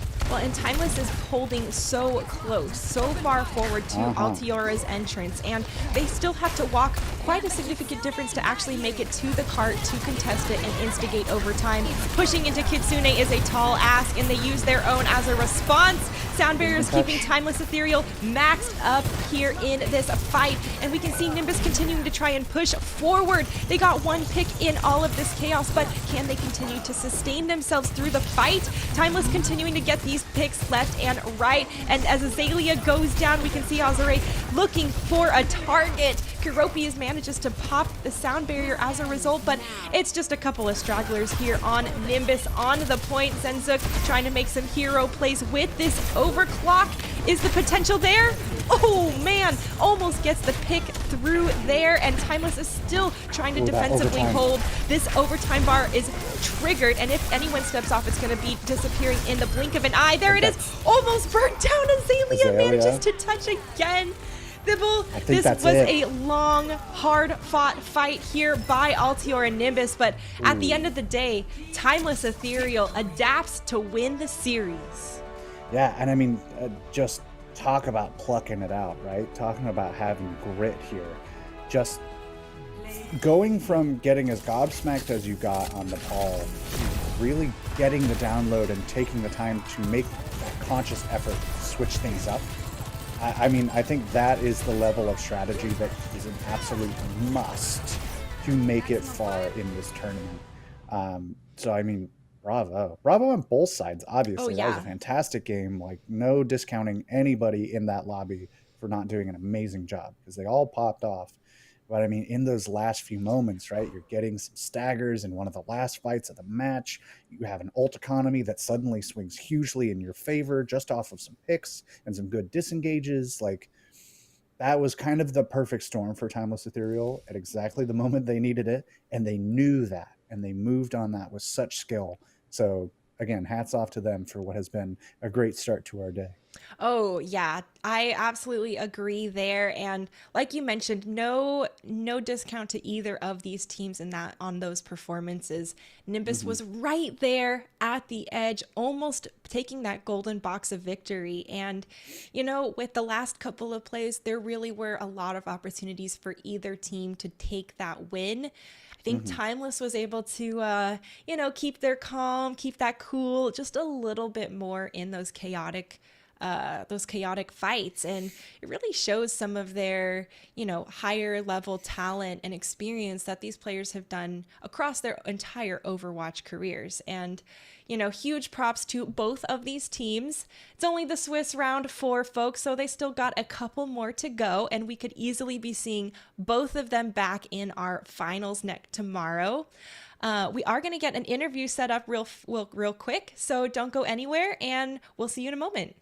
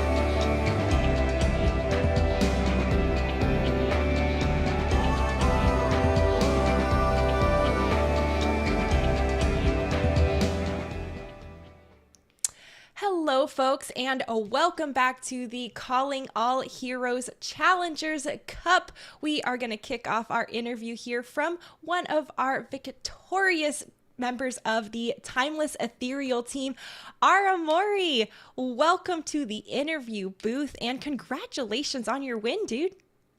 Hi, thank you so much. Honestly, it is great to see you playing, especially after I just saw you in Anaheim for the grand finals. What was kind of the mindset for you and your team going into this Challengers Cup 2, especially since some of you, played on different teams for the first Challengers Cup? Yeah, so we had just recently become we have a 6-man roster or 7-man roster. So we had just recently, started scrimming together and only this past week, actually finalized our roster. So practicing, scrimming just a ton. We've been double blocking, bot reviewing every single night. My whole team is an extremely driven group of gamers, and I cannot be more proud of them for putting in the work that they're working. Or that they're doing. Well, your second 2 games were definitely evidence of all of the work you guys have been doing. It almost seemed like you were a completely different team after your control map. And I'd love to know, what happened behind the scenes to give the team that shift in mindset, or, was it you, one of the in-game leaders, given that motivational pep talk going on? What shifted for you guys? Yeah, I definitely think you could call it a motivational pep talk. We kind of just sat down and we were like, hey, we're making silly mistakes, just focus on your own gameplay, we can do this. And then we kind of had a whole mental shift. And I also think first map, we were a little sleepy, we were a little tired. So we kind of woke up when the adrenaline started going. So it's definitely an important part. You got to get some sleep in, man. Absolutely. So looking at this game, we saw a lot of kind of the meta, the composition that everyone is expecting right now, but we saw some wrinkles too. What was kind of the thought process behind handling, over the course of the series, everything that was kind of coming your way and how you wanted to adapt to that, especially here on this last map on Circuit Royale? Yeah, so we knew when they had picked Circuit that they were planning to play something that was more distance based and, a lot more Widowmaker based. And so we had made the decision hey, we're not even going to mirror that. We think we are good enough on this comp that we can just force it and kind of force our way through. And that's exactly what we did. Got it. Okay. Yeah, it is. Yeah. I mean, point proven, right? Yeah, definitely gauntlet set Understatement. Sorry. Yeah. I mean, I guess kind of a big question for you. Do you feel given that you can kind of force this, that you can kind of do whatever you guys are comfortable with? How do you feel in terms of the distance that you guys are going to go? Are you looking at any other teams as real threats? Do you view yourselves as the top dogs? What's your mindset going into this? I definitely think in this qualifier, we are looking to kind of prove ourselves as one of the top names and top teams. But I really think that this team, all of us, we can keep forcing our game and forcing other people to adapt around us. And that's what makes us really strong. Excellent. That's a good mindset to have, for sure. All right. Well, we won't keep you here too much longer. Before you go, though, anyone you want to shout out, say thank you to, send a warning, do what you want to do. Get out there. I will definitely shout out our coaching staff on Timeless Ethereal. They have been putting in so much work and staying until 3 a.m. to work with us. So love y'all so much. Gamer schedule. Ooh. Yeah. Strong work from you guys today, from the whole team and all the staff and everything. You guys are showing up when you need to, and we love to see it. So thanks very much for chatting with us, and good luck. Thank you. Well, folks, you heard it from her herself. Timeless Ethereal is looking to be one of the top contenders in our Calling All Heroes Challengers Cup 2. Thibault, I definitely think they have what it takes to make it to the highest areas of the bracket tomorrow, but as with all teams, the real question is, can they consistently bring that level of quality competitive play? The warning has been issued, I think, though. So long as we're awake for control, Right. watch out. So long as we've gotten our nappy naps, I'm a you're in shock fan, danger. all right? I'm used to losing control every time. Yeah. The first one every time. Timeless Ethereal, post the meme. Wow. Okay. We're seeing some updated standings here. Thank you, production. And wow. Okay. So we've got Timeless Ethereal and Dart Monkeys maintaining their perfect record here. Right. Pursuit number 1 on Overbuff, both losing their first matches, dropping to 3 and 4 themselves. Altiora and Nimbus stepping up, still maintaining their number 5. We got Ban on Chalky Milk. Just shout out Ban on Chalky Milk. I hate the name because I love Chalky Milk, but I respect it. We've also got Vancouver Titans Blue dropping quite a bit, down to 2-2. You know, some big And moves Mochi here. dropped as well. I gotta say, I'm surprised coming through from a team like that. You know, they did lose a handful of players over to Altior Nimbus, but in general, Mochi's a pretty strong competitor in other tournaments, just like the OWEC. Yeah, I mean, but this is really showing us, right, like how competitive this field is. That's true. That top 16 we saw at the top of the show is not the top scene we are going to end with by any margin. No. And there's still 2 more games to go, right? I mean, any of these could end up at the top or drop down very suddenly. So, I mean, I'm excited to see where this goes. Yeah, I am as well. And, you know, there's a lot on the line here for these teams. They're all trying to be qualified for the finals in December. It takes place over the 11th, 17th, and 18th. And at the end of the day, there's the 25K prize pool. That's really, you know, the big incentive for these players to try and win and continue to win consistently throughout these different phases of the Calling All Heroes Challengers Cups. And, you know, I gotta say, I am excited to see how it's all actually going to continue to unfold. Folks, we're gonna get back with our round 5 Swiss round in a moment, so don't go anywhere, and we'll be back soon.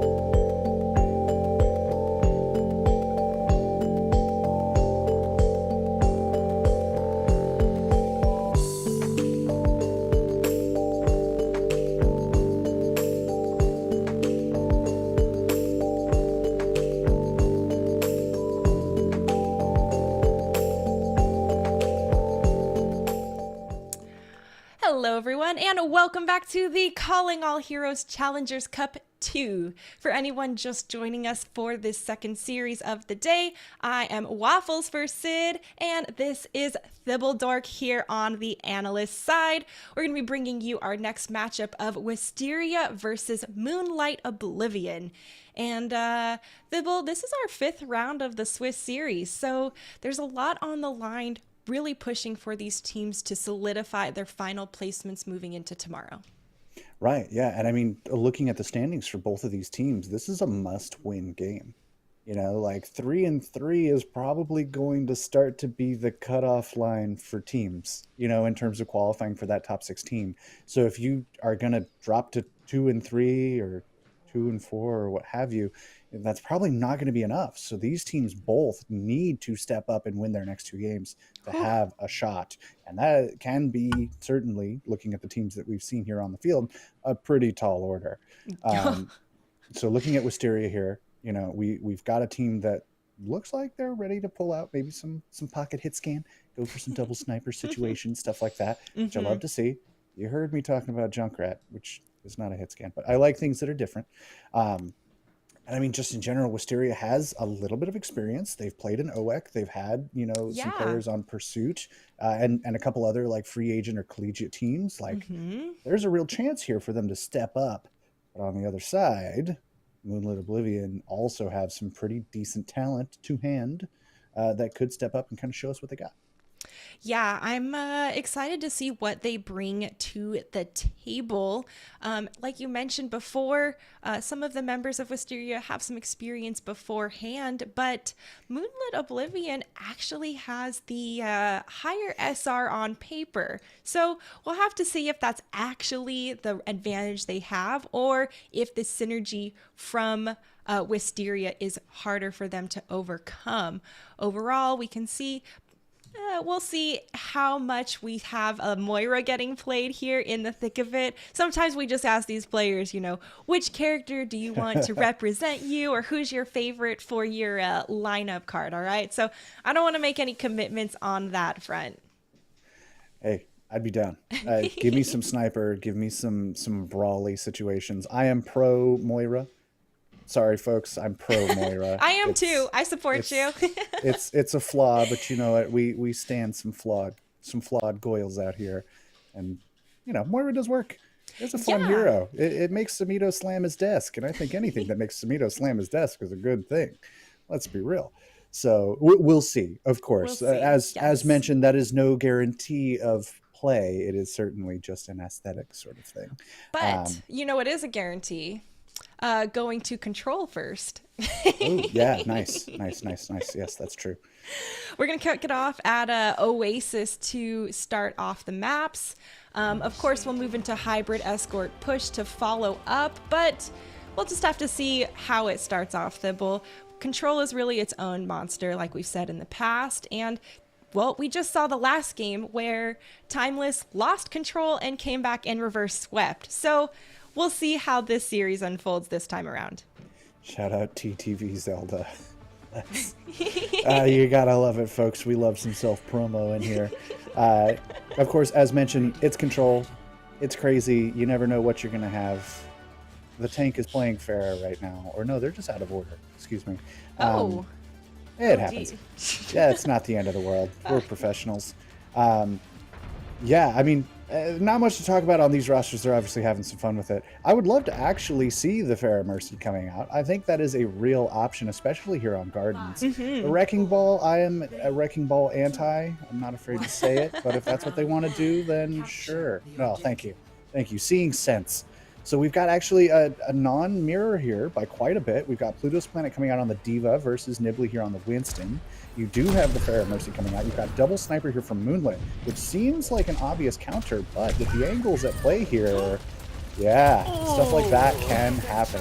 Well, and we all know the dangers of a pocket or damage boosted Pharah on the field here, and well, Bonbo goes ahead, takes advantage of that. There's going to be a lot of pressure applied to them though. They are getting it topped off, a constant pocket there from Layla.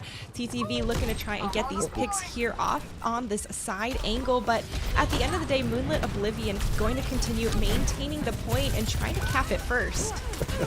I love that Zelda was just like, excuse me, Pluto, sorry, I gotta get past you real quick. I'm getting chased by your Pharah.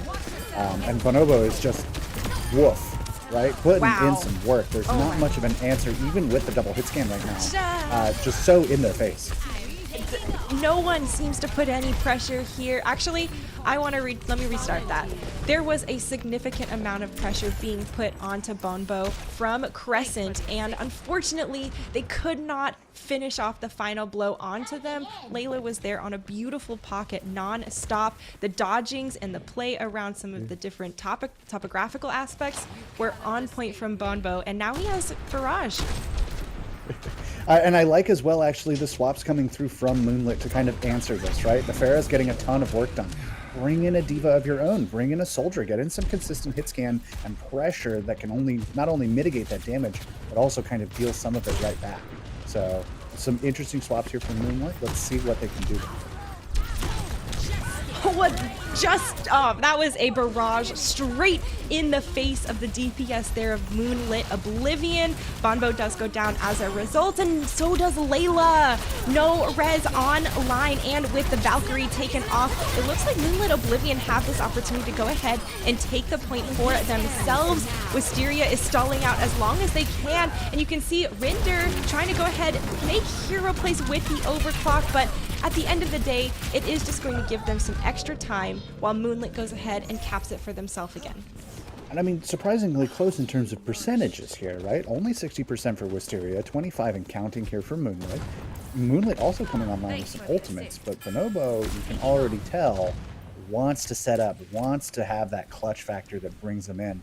Pluto's Planet as well, coming online with the self-destruct pretty soon.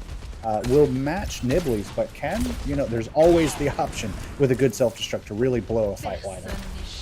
Oh, and now TTV has sights on line. You got to be careful.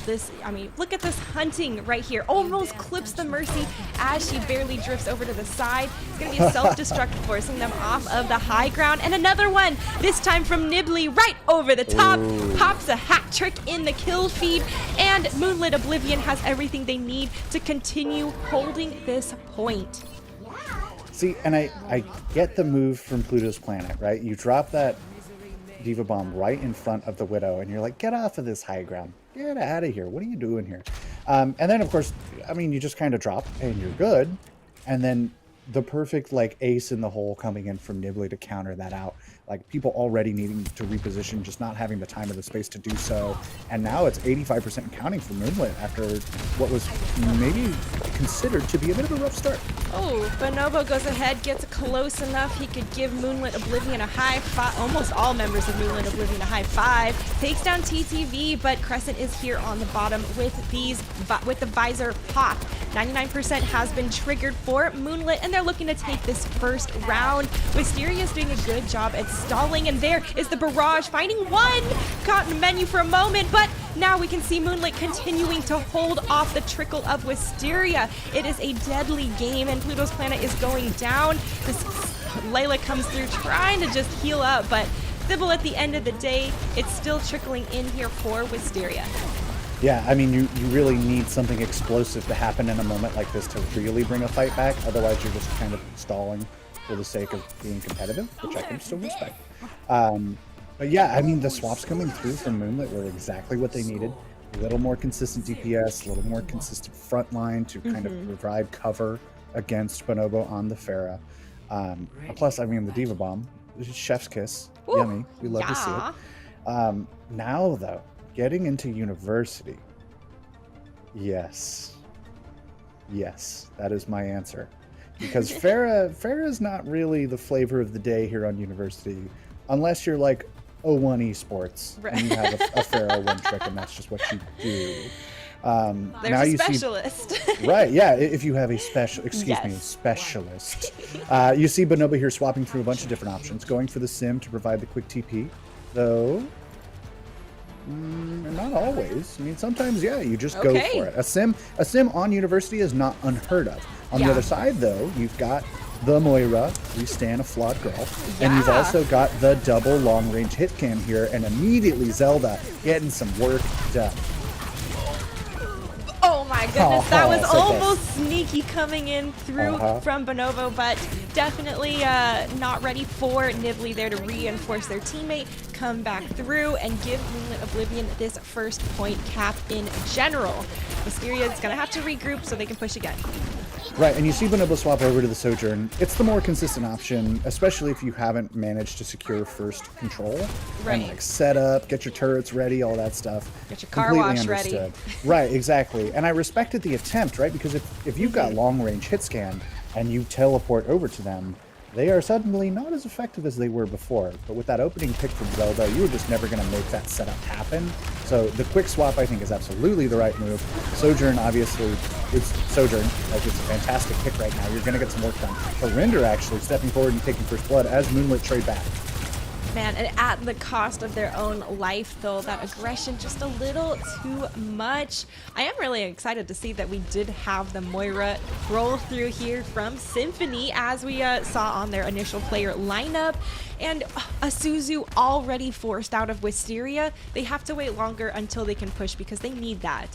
Yeah, you're not going to want to really try a full engage without the Suzu online. Rindra has been getting work done, but you don't want to count on, don't worry guys, I'll just go get a pick. Oh no. Oh, and the early Suzu comes through. Luckily not needed. The Spirit Shift also helps you get away, just in case, because you never know sometimes with the bomb. But now though, again, those cooldowns offline, the Kitsune Rush is going to help as Bonobo steps forward. Jeez, Reaper in the Kitsune Rush, definitely not something you want to be engaging on. Wisteria is continuing to capitalize on the Kitsune Rush. Ooh, a little crazy on the slide, but Crescent goes down in the end. And now Moonlit Oblivion only has Nibley here on the point. A little bit of stall left for them to keep squeezing out point possession, but Wisteria gonna go ahead and cap the point for the first time this round. 90% though, Wisteria must be perfect to stay alive in this map. They have the ultimates to do that. Everything except the Kitsune Rush coming online are already there.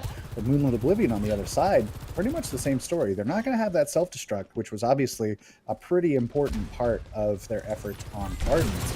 But even so, Bob coming through, the overclock, the coalescence, like, options abound for both sides here, so this is almost going to be like a neutral fight in terms of like everyone's just got to execute and get the kills where they can. Bonobo opens up with a kill with this overclock initially. There was a self-destruct forcing people to move locations, and Thibble, the DPS are just tearing apart Moonlit Oblivion. They were all in the kill feed that last fight. Well, they also used both of their ultimates, so I would hope they were in the kill feed after that. Sure, yeah. You really hope for a conversion in moments like that. Please actually get something done with your ult, thank you. But Wisteria having no problems with that. Rindra and Bonobo both. But now Moonlit Oblivion, that was almost, I mean, basically kind of the game plan for them, right? You pull out some big ultimates on the other side, you hang on to you use your support ultimates, but you hang on to Bob and the overclock. Here comes Bob, and now you've got a bit of an ult advantage to try and take this last fight and this map. And Bob has provided point presence and pressure, forcing forcing Wisteria to have to back up. Moonlit Oblivion does go ahead, get an opening pick in this fight, and now they're continuing to try and push on forward. Wisteria's captured 78%, but they do not want them to capture any more. They've taken down one after another, and now they're about to take the point themselves. 10 seconds left for Wisteria to try and touch. And it was actually so clutch that Nibley was even able to get back in the mech with Rindra literally like staring at them and actively shooting. But they just managed to get back in, just managed to then turn that into a couple kills, just managed to turn that into a first map win. Whew. Well, that is a pretty clean well, there were some good back and forths, but at the end of the day, you know, a really nice job out to, I mean, especially Bonobo. This pharmacy was almost untouched for a long time. Right, and it really forced Moonlit Oblivion to think about how they wanted to approach this and not just like, we're just going to run whatever. Like, no, we need to actually have some strategy about this, and they did convert that quite well. But even so, that opening punch is kind of the thing that forces you like, right, this is the real deal. This is an official. We got to bring our A game here. So Moonlit Oblivion stepping up in a big way. This is, of course, first to two, so not a lot of time left for Wisteria to try and bring this back. But as we've seen, it's not impossible. Definitely not impossible. And, there were some opportunities there where we saw Moonlight Oblivion really showing that they could go toe to toe with Wisteria. And, once again, it's Control. So we know that some teams perform a lot better outside of Control, like San Francisco Shock. But Post the meme. to each their own for their weaknesses and how long it takes for them to warm up. I do like the adaptation that Moonlit Oblivion brought to the table after seeing that nasty pharmacy combo come through on the first map. It seems like they understood, our one DPS is not able to take down the pharmacy pocket. Imagine that. Right? Yeah, let's do something about that. Yeah. But go ahead, sorry. No, I mean that was about it, right? Like we love to see the strategic adaptation. We're going to see more of that, I'm sure, as we progress through our game mode and through, how the teams want to approach it. But we've got a little time for them to figure that out as we head towards map 2. We're going to go to a quick break, and we will see you guys in just a minute.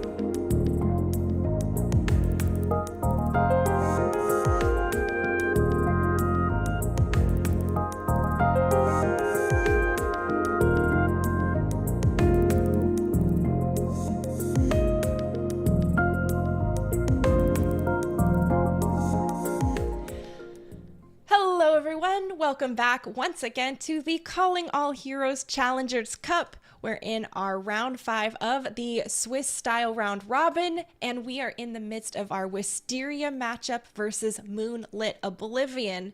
Now, Thibault, we saw Wisteria kind of take the cake there for the opening round of Control, and then Moonlit Oblivion, came back and won the map.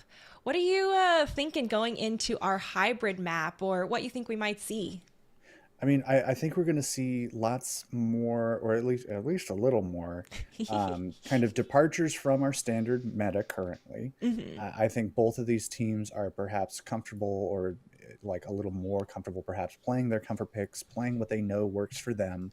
have probably practiced those strategies for as long as they've been practicing and are comfortable just kind of bringing that to the fore. And they're not like, oh, well, the Overwatch League is playing this, so that's exactly what we have to play. Like, they know that there are still opportunities to provide some wrinkles, especially getting here onto King's Row, because King's Row has been around for a billion years, and you can play kind of anything on King's Row.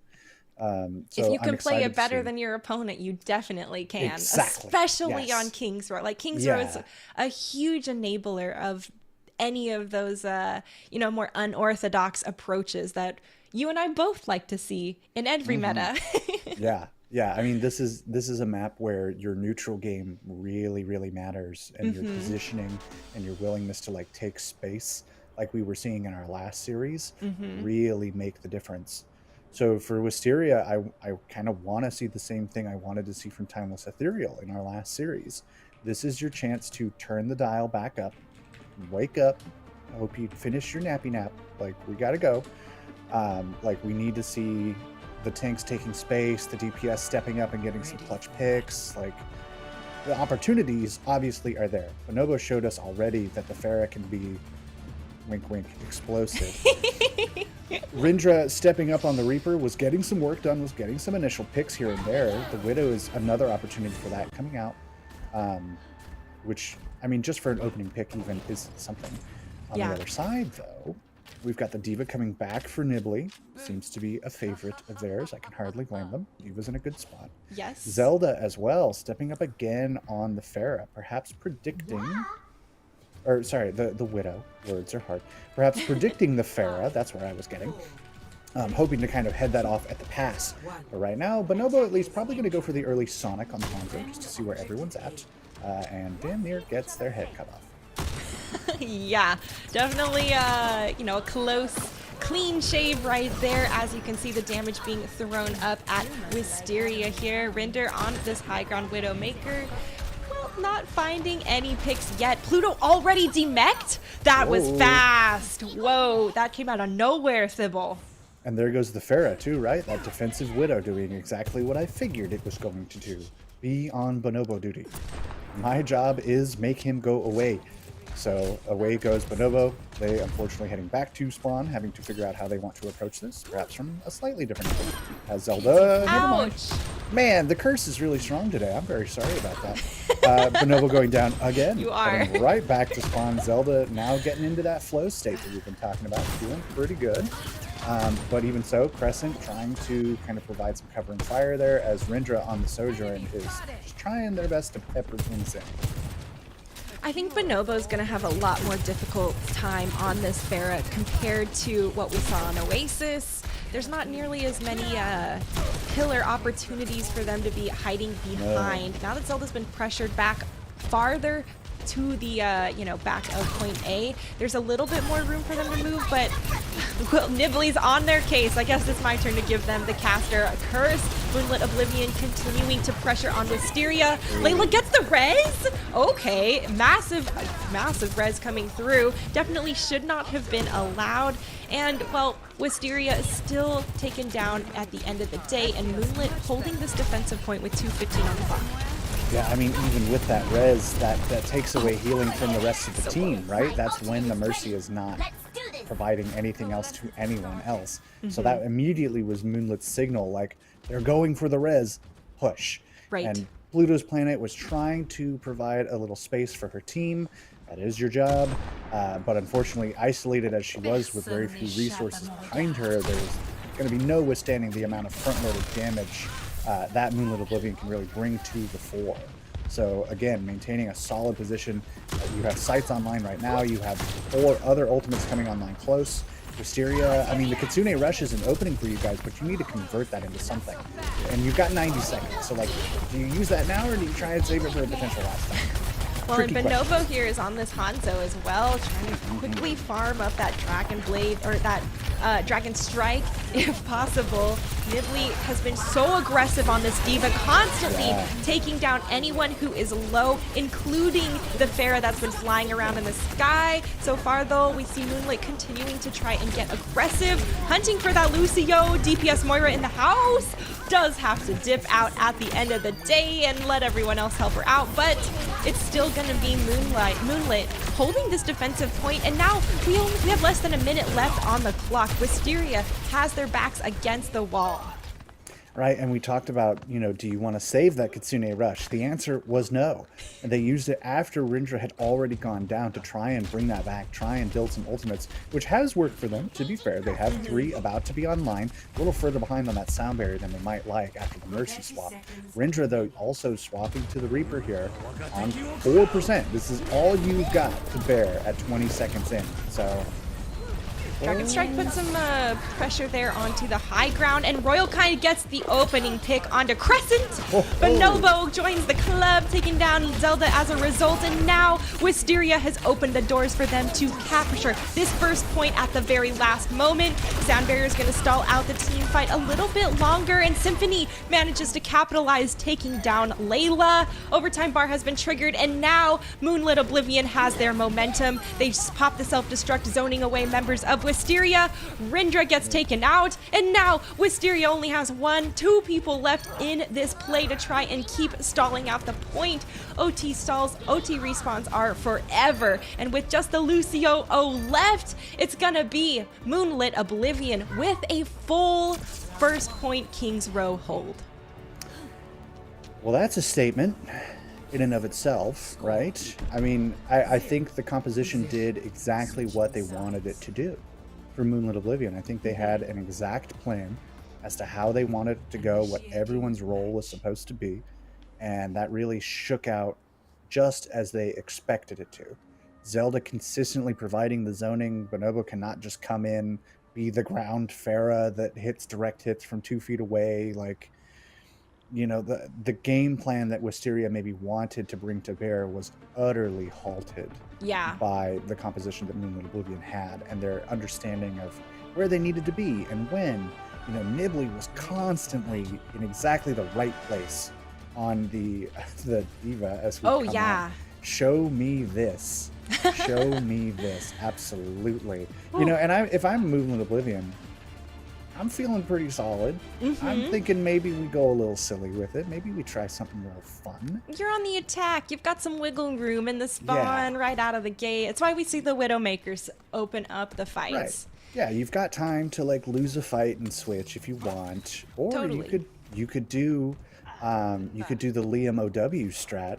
I'm gonna call this shot before I see it. I want to see Zelda teleport Crescent to the top of the Mondada statue. No! Strat. They're not going to do it. It's fine. This composition is also good. It's very standard for what they've been running. It works. I get it. But also, after today, I'm like, haven't you learned your caster cursing everything today? I know. I got to flip the switch in the caster blessing. It doesn't work. You're shooting yourself right there in the foot. It's fine. It's fine. Everyone's having fun. We're having fun. What they're used to. We're having fun. Widowmaker here way on the side, looking for that off angle. For anyone who is, unsuspecting or not behind enough cover, that is a quick kill onto Rindra, starting off the feed. Nimbly absolutely aggressive and continuing to be in the face of Wisteria. Not enough resources health-wise to keep them alive in that fight, and, well, it's a little bit of a chaotic fight here on this point all around. These Lucios are skirting across the point, and, well, it looks like Wisteria might be able to stabilize a bit here on the defense. Crescent's taking a lot of damage. Right, and not really converting as quickly as they might like. Bonobo getting the picks. Whoa, Nibley! There it goes again. Nibley just jumping in, doing Winston things. The pick as well from Zelda, and yeah, this map is pretty much over. Yeah, with only 1 tick needed there for Moonlit Oblivion, they did a fantastic job on the defense and were swift and decisive on this offense. And honestly, congratulations to them here for their victory on this Swiss round 5. Nibley absolutely deserves this play of the game, if not player of the match. I was going to say, yeah, Nibley is kind of my undisputed. I mean, I think across multiple heroes stepping up. Oh, yeah.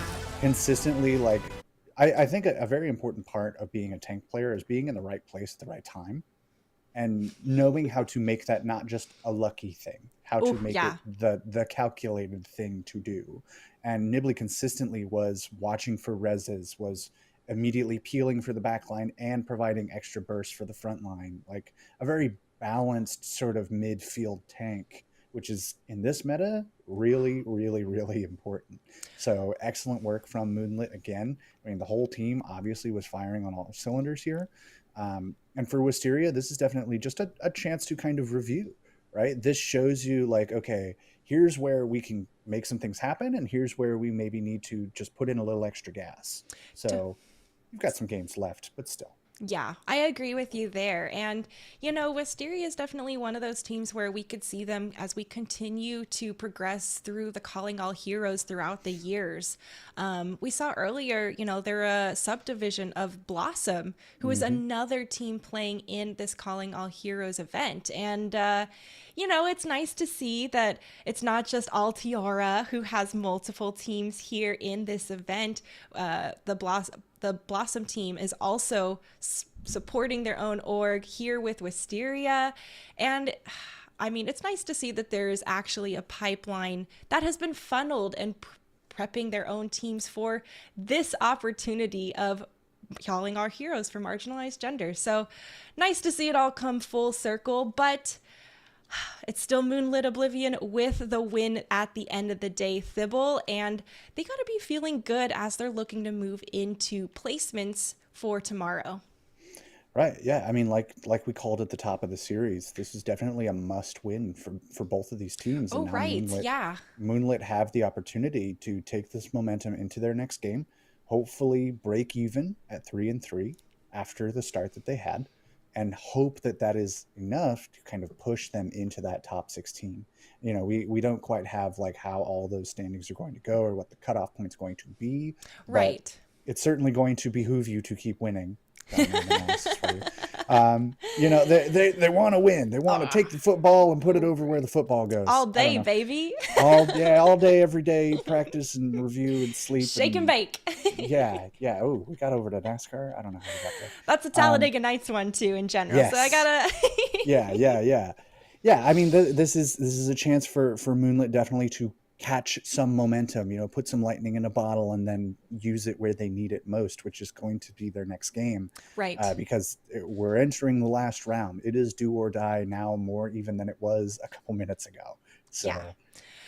A lot on the line, and we'll have to see how it all unfolds. We aren't quite sure if we're going to be able to grab an interview here with someone from Moonlit Oblivion. Oh, looks like we are. So we will be right back, folks, in a moment. We're going to get them popped in here with us, and we'll see what they have to say.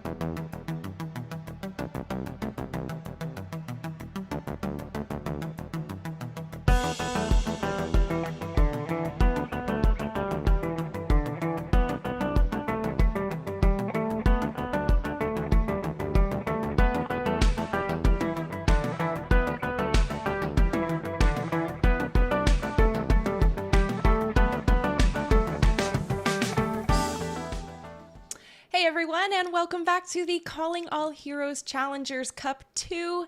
We are ironing out some interview details, so we will see how that unfolds momentarily. But there is plenty to go around because this is the Calling All Heroes Challengers Cup 2. And honestly, this is a huge initiative from Overwatch, Blizzard, and the Overwatch League overall to really share their newer mission that was released with Overwatch 2 about trying to build this inclusive and competitive environment for everyone on the scene, right? No limits, no restrictions, and full accessibility, just like free to play. What do you know? Yeah. Yeah, I mean, it definitely lines up with kind of the overall vision, I think, that has been coming alongside Overwatch 2 of like, let's bring this to the people. Let's really like put this in everyone's hands and see what everyone can do with it. And I mean, it's a mission really that is more necessary now perhaps than ever. Oh, yeah. You know, in sense of like, it's very important to create communities like this where everyone feels safe and comfortable to compete at their highest possible level and like see what they can do, right? This is a supplement in many ways to the path to pro. It is its own distinct thing, but it also provides that opportunity for you to like take the first steps that lead you down that path. So seeing this kind of pop up and be as successful as it's been, and to see all these people really take that opportunity and run with it and realize that they love it and that this passion has been inside of them this whole time, like that's what it's all about. That's what Overwatch is here for. So seeing that kind of proliferate after having been following this game since closed beta. Right. Back in the days where there's the, 5-man res and you just graze the tail of the Hanzo dragons and you're dead right away, right? yeah. Symmetra used to give shields to everyone. Oh, yes, that. I forgot about. Armor packs, all that stuff way back in the day. I've been here for it all. Right. I was here at the first monthly Melee. I was here at the first event at Blizzard Arena. Like, all right. All of that. Yeah. History flex. I'm an old man. It's called wisdom and experience, FYI. Yes. Thank you. Exactly. You get it. But all of that really just to say, like, Overwatch has come such a long way, but at its core, it has always been this inspirational, aspirational sort of game. Well, look at the characters, right? The characters are extremely diverse, and they created the swatch of characters with that intention of making sure there's an inclusivity element with, not just different areas of the world the characters are represented from, but we have completely different species and we have people with all different types of abilities and mindsets and states. And I mean, it is the epitome of what Overwatch was wanting to do from day one, as far as show us gaming is for everyone. There's no restrictions, and they are here to provide that. And, you know, you mentioned the Calling All Heroes running parallel to the Path to Pro. And I think that's really important to highlight because it's not replacing Path to Pro. It is an additional road to allow people to journey through similar avenues like Path to Pro and reach the pro level. And I think it's important to know that that's another opportunity, another door for more feeder programs for esports to grow in general. And, you know, it's not just the Calling All Heroes Challengers Cups that are available, right? Blizzard also initiated their caster camp as well, Thibault. I got to actually go to that for the first day, believe it or not. I was gonna say, how did that go? Because I've been casting for a bit. Like, the caster camp was not necessarily built for me, but to see someone who's kind of like had that perspective of like, that's a thing that I want to go to, and then experienced it. Like, what was that like for you? You know, I had no idea really what to expect going in as someone who, you know, has been broadcasting for a couple years and am broadcasting in big events like this.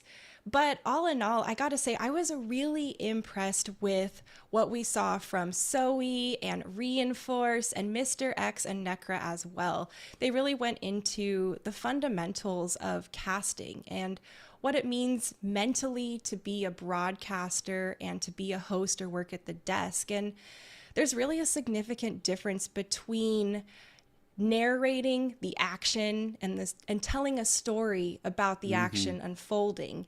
And you know for sure, dude, it takes a long time to truly understand and refine that skill. I think it's also important to note that, you know, there are some hard, fast rules, okay, as far as like you want to speak properly into your mic, you want to have a, you know, relatively polished presentation, but they were also really adamant to, you know, remind us that I call these more like pirate code guidelines, right? It's things you want to do regularly and be mindful of and aim for, but at the end of the day, you need to read the situation. And that's the hard part. That's the grind and all the experience that we put in to try and understand and read so we know that timing. And, good luck to everybody who is continuing to participate in that because they're getting their reels. They had a little demo come through, and the members who are hosting the caster camp are going to review people broadcasting and doing it maybe for the first time ever. So I was really excited to see such a big opportunity for the marginalized genders to pretty much have a direct line of credible wisdom and experience to start off in esports in general. Yeah, speaking from experience, that is more valuable perhaps than anyone could ever realize. It is insane how useful that can be. And if any of this sounds good to you, the viewer out there, yes, looking at you, you specifically, if you're interested in learning more about that or joining the Calling All Heroes community on a grander scale, becoming part of something a little bigger than yourself, perhaps, we have a handy link over at callingallheroes.gg. There's a Discord community that you can join. There's plenty of people on Twitter who would love to chitter chat with you about all things Overwatch. Like literally all things. People are obsessed out there. I would know.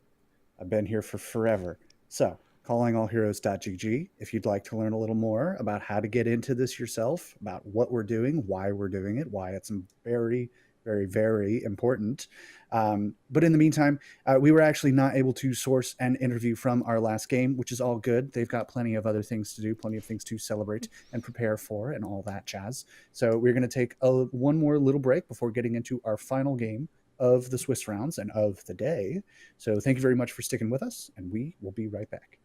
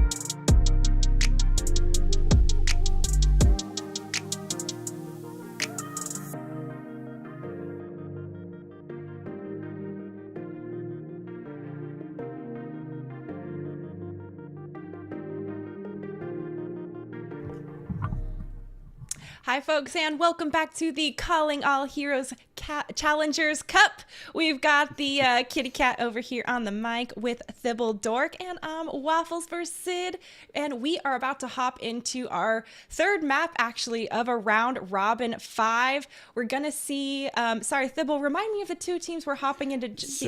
So we've got Ethereal versus Dart Monkeys. So we've got two of basically the top teams right now duking it out in a decider, and we are about to jump in live on the action. Oh, yeah. Well, and Dart and Monkeys. There's a cat. Everyone loves the cats. We actually saw him do the cutest little stretch earlier in the broadcast. I saw it. I know everyone. I know all you guys saw it too. But, you know, I'm pretty excited to see this matchup. Dart Monkeys were quite the team when they announced they were going to be participating in this Challengers Cup 2. And I think they've kind of been unofficially dubbed the content creator team, if that's correct. Yeah, very much the stream team. So I'm Right. excited to see. Yeah. Oh, so we're getting some updates from production. It is currently 1-1. Timeless won map number 2. So it's been back and forth right now. Much the same way as last series, right? Jeez, you lose Timeless. on control. You post the meme about losing control. You turn around, you win the next map. So we are on a decider right now, just waiting to get dropped into that. But wanted to let you guys know kind of the stakes of what are going on. This is another one of those high caliber games that probably going to be a decent preview of our round of 16 coming up tomorrow. Starting off right between rounds. Thank you very much for that one. That's easy. Or right at the start of the map, if I'm looking at this right. Similar compositions on both sides at the moment. Dart Monkeys, of course, are in spawn. I don't care what they have out right now. Don't do it to yourself. Yeah. We're not going to waste the time talking about that. Though anything, of course, is possible. And yeah, just reminders to reconstitute everybody. Some big names on both sides here. We've got SK and Aspen, probably the most well-known over on Dart Monkeys. Again, yeah, kind of that content creator team, air quotes, but also just like fantastic players. Just a really good set of teams on both sides here. So excited to see how this goes. Immediately, though, Timeless Ethereal stepping up. Yeah. Well, you also mentioned those, big name streamers. Barcode herself is a pretty big one. I've seen a handful of times. That's Barcode. Right. Sorry. Wait for it. Process it for a moment there. Clever, isn't she? Yeah. So far, though, Timeless Eternal, Timeless Ethereal. Man, I keep doing that. Trying to break through this. Jeez, I am so confused getting dropped into this. They're holding the defensive here around this corner. Dart Monkey starting to pop off. SK taking control of this map. The tempo is insane. Look at the chase down coming through. And I mean, and this is what you're looking escape. for. Yeah, there you go. This is what you're looking for at that high level, right? Is that ability to immediately flip the switch, immediately hit the gas. Like that tempo control and that awareness of, all right, we got picked. We're going to take this slow. We're not going to overextend. We're not going to try and force this. Okay, we're back at full strength. Go, go, go, go, go. Right. I mean, again, looking at two teams like this playing at the highest level, this is what you need to be seeing. So as we're heading towards our next fight here, the point is very close to being captured already. Pretty even on ultimates on either side, but Aspen coming online with that Kitsune Rush. Doesn't matter too much with Barclay going down, but maybe they can clutch this out. They are trying to continue winning this fight even though they are a player down. A sound barrier here popped by a Jam is going to be really tough for Dart Monkeys to push into since they don't have the advantage. Now Aramori goes ahead, pops the Kitsune Rush on top of it. That is a great defensive hold here for Timeless Ethereal, and they get to continue holding on to the Primal Rage. Great little short hop tech there from Santana, getting that extra burst damage in just from the landing itself, comboed with the melee. Nice little way to finish off a Reaper before that lifesteal makes that an unwinnable fight for you. I wish I did that more often when I played Winston. Take your notes, folks. That's what we're here for. We're learning from the best. Ultimates online for both sides here. The same ultimates, actually, very similar. Or I should not say that because SK's got the sound barrier and Jam does not. 3 ultimates on both sides. Let's do that. Well, we got Ultimates some coming online. mix-ups on the order of the team, so don't you even fret. So far, Zermit goes ahead, opens up with the Death Blossom after he's been reinforced by the sound barrier from SK. Dart Monkeys has the momentum, but are they about to be stalled out here by Santana's Primal Rage? They have the numbers they need, and oh, a lot of damage chunked into Jim just now. Aramori comes through trying to make hero plays, and really it's at the end of this first checkpoint potential. Timeless really wants to prevent this cap, but Dart Monkeys knows how critical it is. There's only 46 seconds left on the clock, and they're getting desperate. Right, this is heading to the point where if you lose this fight, you do not have a lot of time to get back together and go for one more. You only are going to have the Kitsune Rush coming online. Aramori already popping theirs, already just going for that aggression, wants to keep Dart Monkeys playing on the back foot with less time. Though, of course, now, Dart Monkeys with the advantage on the Kitsune Rush. But a little behind on the sound barrier and pretty much everything else. So it's going to be a fairly neutral fight. A lot of pressure on Jam. There he is, popping the sound barrier. Gonna keep Timeless Ethereal in this fight as they try and defensively hold. It is match point for both of these teams to win this series here. And the real question is who's gonna clutch it out? Zermit is so close to that Death Blossom. And is able to take down Santana as a result. A nice Primal Rage comes through, but Dart Monkeys still holding, still attacking as much as they can. Jim just clutched it out for his team with a 3K. The point was capped either way, Thibble. Yeah, in the confusion, they lost it. Darn. Oh. Yeah, I mean, just the disruption provided by moving fish, sorry, was just enough, really, just to kind of disrupt, get things moving, get that cart. I mean, it literally had 0.01, right? Like a millisecond of time, non-contested was going to get it through. And already, Ultimate's coming through thick and fast. Dart Monkeys are not complacent with having just captured the point. They are willing to spend to make sure that this cart keeps moving. They have to break through that choke point. Otherwise, you're in a King's Road situation where you're just stuck at the gate. So they move it forward now. Barcode coming online with the overclock. Kind of the only thing that Dart Monkeys have after that. Otherwise, pretty expensive couple fights. Yeah. Azure on the other side, though, has an overclock of their own. Santana coming online with that Primal. And Aramori with the Kitsune Rush, which she has like every other fight, pretty much. Providing some excellent opportunities for Timeless Ethereal to restabilize themselves. There's the Kitsune, and Whoa. Azure goes ahead and takes down Barcode, opening the fight. That means Barcode cannot pop their own railgun overclock, and as a result, Timeless Ethereal going to go ahead defensively hold with only giving up the Kitsune, and now there's 1 minute left. And that is absolutely the most important part of all of that, is that Aramori only needed to use the Kitsune Rush for them to secure that fight, thanks to just the neutral pick from Azure. So now you've got everything else online. This Kitsune Rush doesn't bother you too much. Azure already just like, yeah, sure, pop it. I'll just kill everybody. Jeez, yeah, even almost falling very, very low there. The resources being kept into the support lines have absolutely been critical. Dart Monkeys knows this is their last chance to push, and it is all on the line if they want to win this series. You've got one shot, you've got 2 ultimates. Timeless Ethereal on the other side, that Death Blossom and that Sound Barrier need to be the thing that provide enough wiggle room to keep Barcode from clutching it out.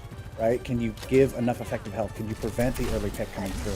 Can you disrupt the Primal and burn that target time fast enough? And if not, dire straits. Ooh, what a nice sound barrier, reinforcing Jim through the Death Blossom once again. Not the first time we've seen that recipe from that duo, as Timeless Ethereal continues to hold this defensive point. There's a lot of chaos caused by Moving Fish's Primal Rage, but is it going to be enough to actually stall out this point? The damage from Zermit is turning the tide here for Dart Monkeys. Timeless Ethereal needs to be careful it doesn't snowball out of their control, Thibble. Certainly, they want to avoid a snowball, but they also have the time to come back from maybe late staggers. With that. No, with those staggers, I highly doubt they will try and recontest this at all. I certainly wouldn't recommend it personally, but hey, they're better than me. We're going to see what happens. We have some people already setting up right there at that choke point, but Barcode is ready. Barcode knows exactly what's going on here. They're going to hold that. It looks like, yeah, they are. Okay, they are going to try and come out for it. Right here, 3.31 meters, and looks like Barcode's just gonna put the nail in the coffin, takes Aramori's head clean off while Zermit follows up with the rest of the damage. Dart Monkeys caps the second checkpoint, and now they have 124 on the time bank and that little wiggle room they were wanting. Zermit has just been like wiggling down the halls and just like getting the cleanup, getting the raw damage down as everyone else kind of goes for the flashy positions and the flashy moves and stuff. He's just walking up and shooting people. But he's Reaper. You know, he comes in from the side. He's got the two shotguns. He's very useful. I forget. And then he can Wraith to bail himself out, just willy-nilly through any damage. So yes, yeah. His whole, but like Zemrit's entire flow right now is very focused on just like, I am just the janitor. I am just here to get the job done and go home. Like, let's just get this done. And it's working very well for them. Dart Monkeys are clutching out when they need to. And a lot of that is off of Zemrit's damage in addition to all the flashier bits that we've been saying. And now Aspen steps forward with the Kitsune Rush. Dart Monkeys really stressing out all their fans here, saving it for just the last minute. The longest sound barrier cast in existence possibly. Took SK forever. Does finally manage to get it, cast it off, and then Dart Monkeys continues to push on forward. Moving Fish taken out by the Death Blossom at the end of the day. Timeless Ethereal going to be able to get the momentum back in their favor, hold this defensive point just before the last moment, and a force out of the Death Blossom from Dart Monkeys. That is nice to see. 2 seconds left, and it's going to be a nice hold coming through here from Timeless Ethereal before the third checkpoint. Dibble, that's a very tangible win condition. Right. As we've said once before today, the line has been drawn in the sand for this map and this series when the stakes have frankly never been higher. These teams want to establish themselves as the top dogs early on. Aramori has already said, we are here to make a statement. We are here to prove ourselves capable. Yeah. Dart Monkeys, big names on that team. Aspen has been in contenders for a long, long time. SK as well, Barcode as well. These are names that we know. You know, all the names on Dart Monkeys, frankly, are known. And they deserve to be where they're at, but that doesn't mean they're going to get where they are unchallenged. So this is definitely the spot where Timeless Ethereal need to turn it up, run that style they've been running, get Santana up there in the front line, get Jim doing Jim things. Yeah. Get Aramori popping a Kitsune Rush every 30 seconds. Like, these are things we know they are capable of. But now is the time to stand into it. Well, and if they manage to, we've seen them already come through and reverse sweep a series, right? I'm going to go out here on a limb and say Timeless Ethereal is not the strongest on control. And, you know, in a first to two series, that's really detrimental when you always start out on control. But as we progress through towards tomorrow, I could see that maybe they have a significant shift in how well they're consistently performing when we move to more maps away from control more regularly. So far, though, it's going to be all Dart Monkeys trying to hold this defensive point very, very close, right? They want to burn as much time off the clock as possible. It's a strategy we've seen regularly here at Route 66. Santana's going to pick Aspen off early, and with the support off the table for Dart Monkeys, that's a lot of opportunity for Timeless to go ahead and push forward since the sustainability is not there. Jim goes down, but Santana gets Barcode, and with the spawn advantage, Timeless Ethereal can still look to make some progress. Right, yeah. I mean, you don't need the cleanest win. You just need to gradually chip away and let the spawn advantage do the rest. So already they are making progress on that, even as they get traded out, right? Zemrit's still doing the work, but does get taken down by Aramori. Azura getting back into this fight is going to clean up Moving Fish. And now Moving Fish has been staggered late, and SK. Right. Yeah. I mean, at the very least, they get staggered pretty close together, so they'll get taxied back because they're both pretty quick. They will certainly have another fight before the point is captured, maybe a couple more. But even so, right? Like, you burn some time off that clock for sure, but now you still have a lot of fighting left to do. Ultimate's coming online on both sides. You've got Zemrit ahead in the Reaper battle, who's been doing his custodian work. Right. You know, but Santana already coming online with that Primal, Aramori already with that Kitsune Rush, well ahead of Aspen, and Marco getting that opening pick on the gym is huge. Aramori has been crushing it on this Kiriko, and well, unfortunately she gets crushed herself, does get taken down before the Kitsune Rush can be used. Dart Monkey's doing a good job of defensively holding on this most recent push, but it's going to be a little bit of a different story. There's going to be a lot more resources available for Timeless, especially those support ultimates, and those can be tide-turning resources. Absolutely. Yeah, I mean, and a quick shout out here before we get into the next fight. Both of these Winstons are playing lights out. Just the tech from the primals that I've seen from Santana already all day has been phenomenal. And Moving Fish is equally holding their own, just like putting in the work, doing Winston things. But never mind, Zemrit said, "I'm not the custodian anymore, dude. I am the main character. Get out of my way." And it's a good decision by Santana there to just bail off the map. It's a little bit less. It's less value for Dart Monkeys on the damage front, on the ultimate charging front, and, well, they got out with their resources still. They did commit sound barrier, but... Right. Yeah, but I mean, if that's the only loss and you're still walking out of this with your Kitsune Rush and both DPS ultimates, you're all right. Yeah. You have an advantage still in terms of ultimates. You want to try and pull that sound barrier from SK as quick as possible, but losing Azure early is maybe not the way. Oh, well, SK uses it anyway.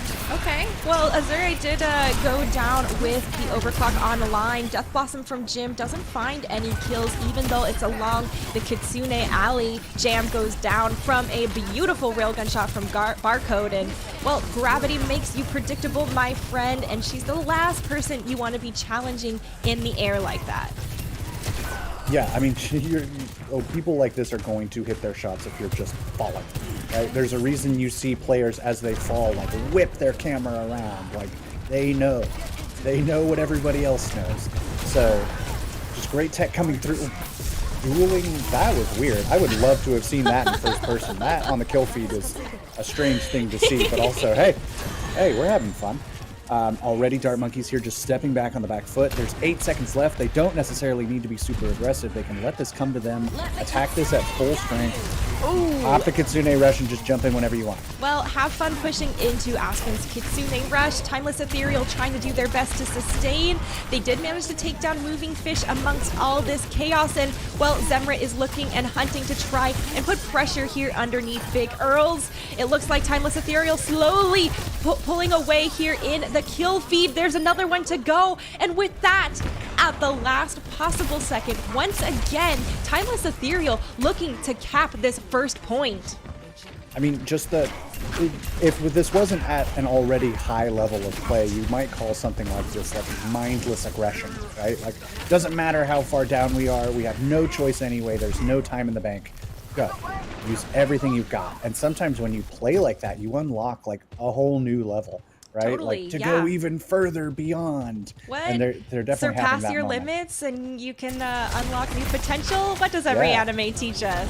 Right, exactly. We're having some anime moments here, folks, for sure. And now Timeless Ethereal stepping up with 5 ultimates to back.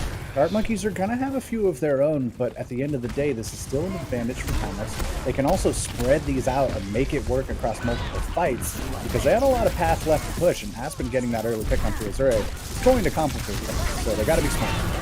Okay, once again, Timeless Ethereal doesn't care that they're a man down, harnessing their inner San Francisco shock to the core, trying to take on Dart Monkeys regardless of losing a player. It's not unfolding the way they would like because Barcode absolutely destroyed on that last play. A beautiful hat trick, one after another. No breaks needed for that highlight reel, Thibble. So Timeless Ethereal were certainly feeling themselves in that moment. Definitely made the call to spend absolutely everything, except the overclock. Which and couldn't have been spent because she was walking back from spawn. Exactly, right. You know, if Azure was there, that probably would have been popped too, because you never know. And maybe that would have made the difference, but that's not the reality we're living in. Dart Monkeys now online with a couple ultimates, plenty of defensive positioning available to them, and Azure has their work cut out for them.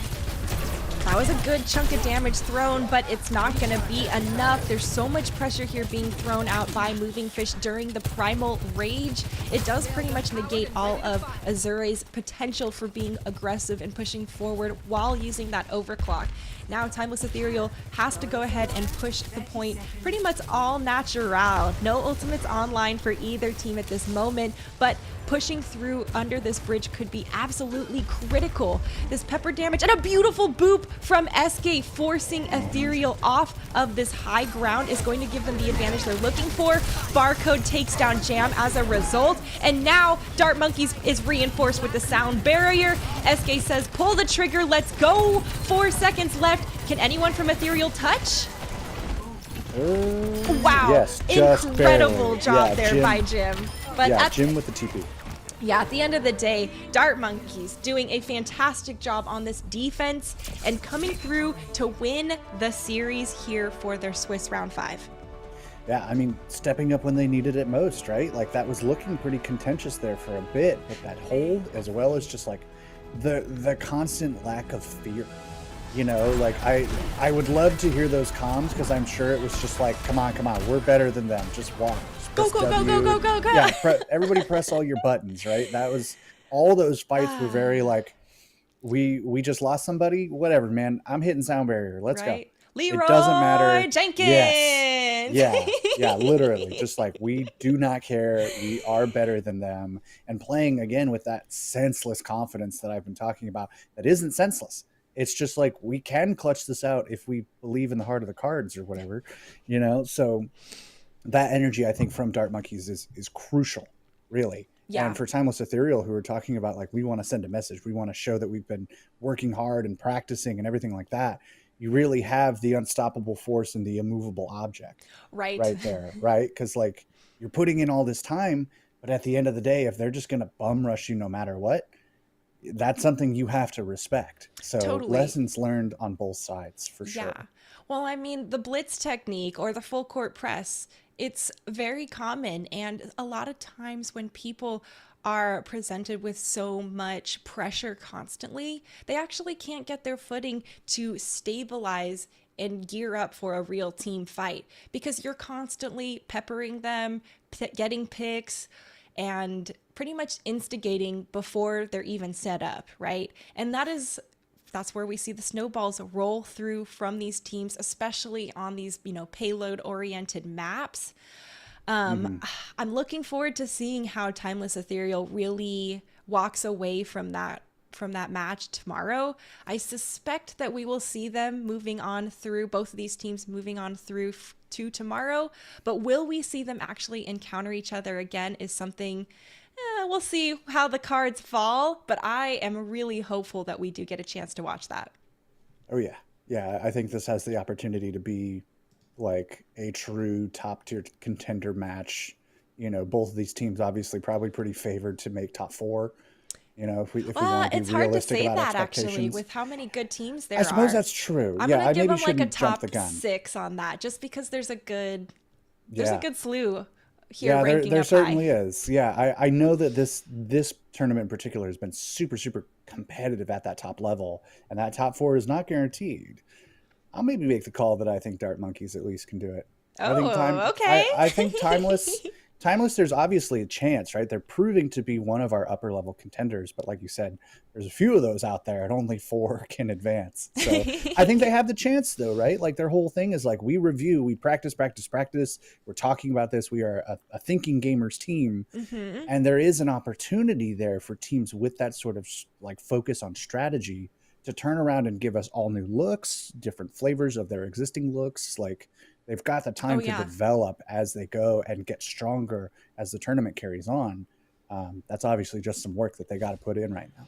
So, well, and putting in work against a team like Dart Monkeys, right? We already talked about how these are really well-known players in the community, especially based off of a lot of their content they've done. They are some pretty nasty specialists as far as in their own field, and I think that that's really gone a long way for them. obviously synergy is not a problem because they are on point for this match, and they have been for the whole series, dude. It's pretty shocking and eye-opening to me because it really shows the base level of skill that all of them have, and they're like, well, we're playing the game right. The synergy seems easy as a result. Yeah, like everything just kind of falls into place to them. Another perfect storm, as we've been saying. So, yeah, I mean, we'll see if that storm continues or not, right? There's still an A game left to play today, and obviously the rounds of 16 starting tomorrow. In the meantime, though, I am hearing that we have Aspen on the line. If production is cool, I think we can just throw directly to that interview and get it started. If you'd like to kick us off, Waffles. There we go. Hey, Aspen, welcome to the interview booth. Congratulations on your win. How are you doing? I'm doing great. Yeah, it feels good to win. So, Better. Yeah, winning does feel better than losing, I have heard. Absolutely. Well, you absolutely crushed it on the Kiriko here today. What was it like? What's the mindset of the team kind of moving into this tournament? You know, you guys are all really well known, both for your own personal communities that you've built and in the Overwatch community as a whole. And, you know, what kind of pressure does that put on you guys? Well, so we're originally a pug team. I just kind of said yes. Like, I wanted to play in this originally, but like scheduling is really hard. So, we're all very positive. The comms are nice, and then we just got the best coach in the world. So it's kind of dominating, There you go. Yeah, we got Jake Overwatch. Like he's behind us at all times, literally. Like he has a tire behind us. It's really helpful. Well, he's literally in your house with a rip tire. That's wild. Yeah, no, he is. If I turn on cam right now, you would see him. That's terrifying, actually. The imposing force, making sure everyone stays in check. Yeah, no kidding. I mean, so how's that gone? Have you worked with Jake before? Is this like a kind of a new venture for you both? And like, what is he bringing to the team in terms of your preparation and strategy? I've not worked with Jake before. I knew him. Never really got coaching from him though, or just played in rank. But he is actually really good. I've learned a lot about Kiriko. I'm a main support player. I don't play flex support characters, so jumping into Kiriko with like help from a good coach is really nice. So that's been clean. Well, if Avatar taught us anything, it's that everyone needs a master. And honestly, it's great to hear that you're starting to branch into that and you've had so much success on Kiriko herself. You were in a cute-ass cosplay, actually a grand finals of Kiriko, if I recall correctly. So make sure everyone checks out Aspen's Twitter so you can see that nice getup she had on. I made it! Well, not the mask. Really? I designed a jacket, and then I had someone sew it for me since I'm not talented in that. But yeah. Excellent. That's super cool. It's two different talents to execute and to invent. And props to you on that front. That was... Folks, definitely check out Aspen's Twitter and see her Kiriko cosplay. It was so cute and great there for grand finals. Perfect timing for the release of, her here in Overwatch 2. Aspen, you're gonna be a big contender here for tomorrow's playoffs. What's on your guys' mind knowing you have a huge target on your backs? Well, I mean, we're playing well right now. We learned a lot about the comp. I think we're pretty confident going into tomorrow. I at least am. I think it's gonna be a lot of fun. I just want to have fun. Win, which I think we will do. There you go. Yeah, that was going to be my question anyways. Obviously, you guys are coming in with a lot of confidence, and is it safe to say you consider yourselves the top dogs of this tournament? We were hearing some similar stuff from Aramori, so I kind of want to see what you think. Obviously, now that this game has gone the way it's gone, right? Yeah, I mean, for sure. There's actually like a lot of good teams. Like the team we just played right now. It was really down to the wire. Like on some fights, and the map before you guys didn't see, but like it was crazy close. So there's definitely a lot of good players and teams. Absolutely. Okay. Well, we won't keep you here any longer. Anyone in particular that you want to shout out, especially if they have a rip tire directly behind you or anything?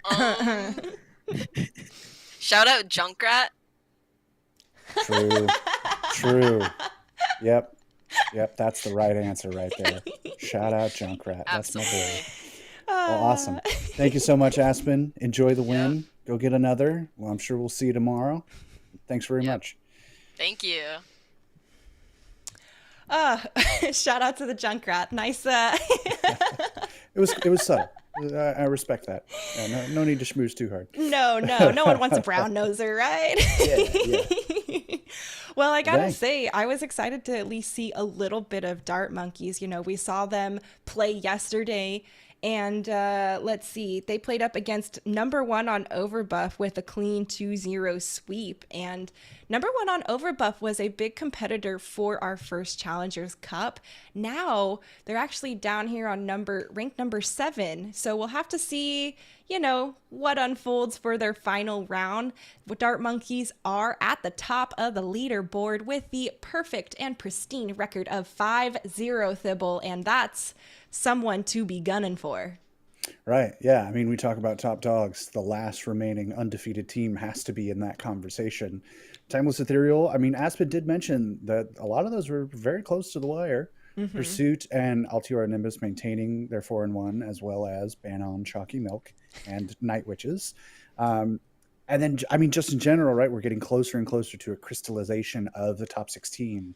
But, I mean, it's anyone's game at this point. If any of these 3 and 2s lose their last game, and if some of our 2 and 3s win, you start getting into tiebreaker scenarios where you have to look at, well, who's really in the top 16 out of all those teams. Like, Right. it's going to get real interesting real fast with that. Right. Well, and I So- remember seeing a tweet actually from Bailey going into some details around how those ties are determined and how the rankings are established based off of teams who have the same scores. And, you know, they go into the details and analyze, okay, who were those opponents that they played against and how does that weigh into their overall score and ranking.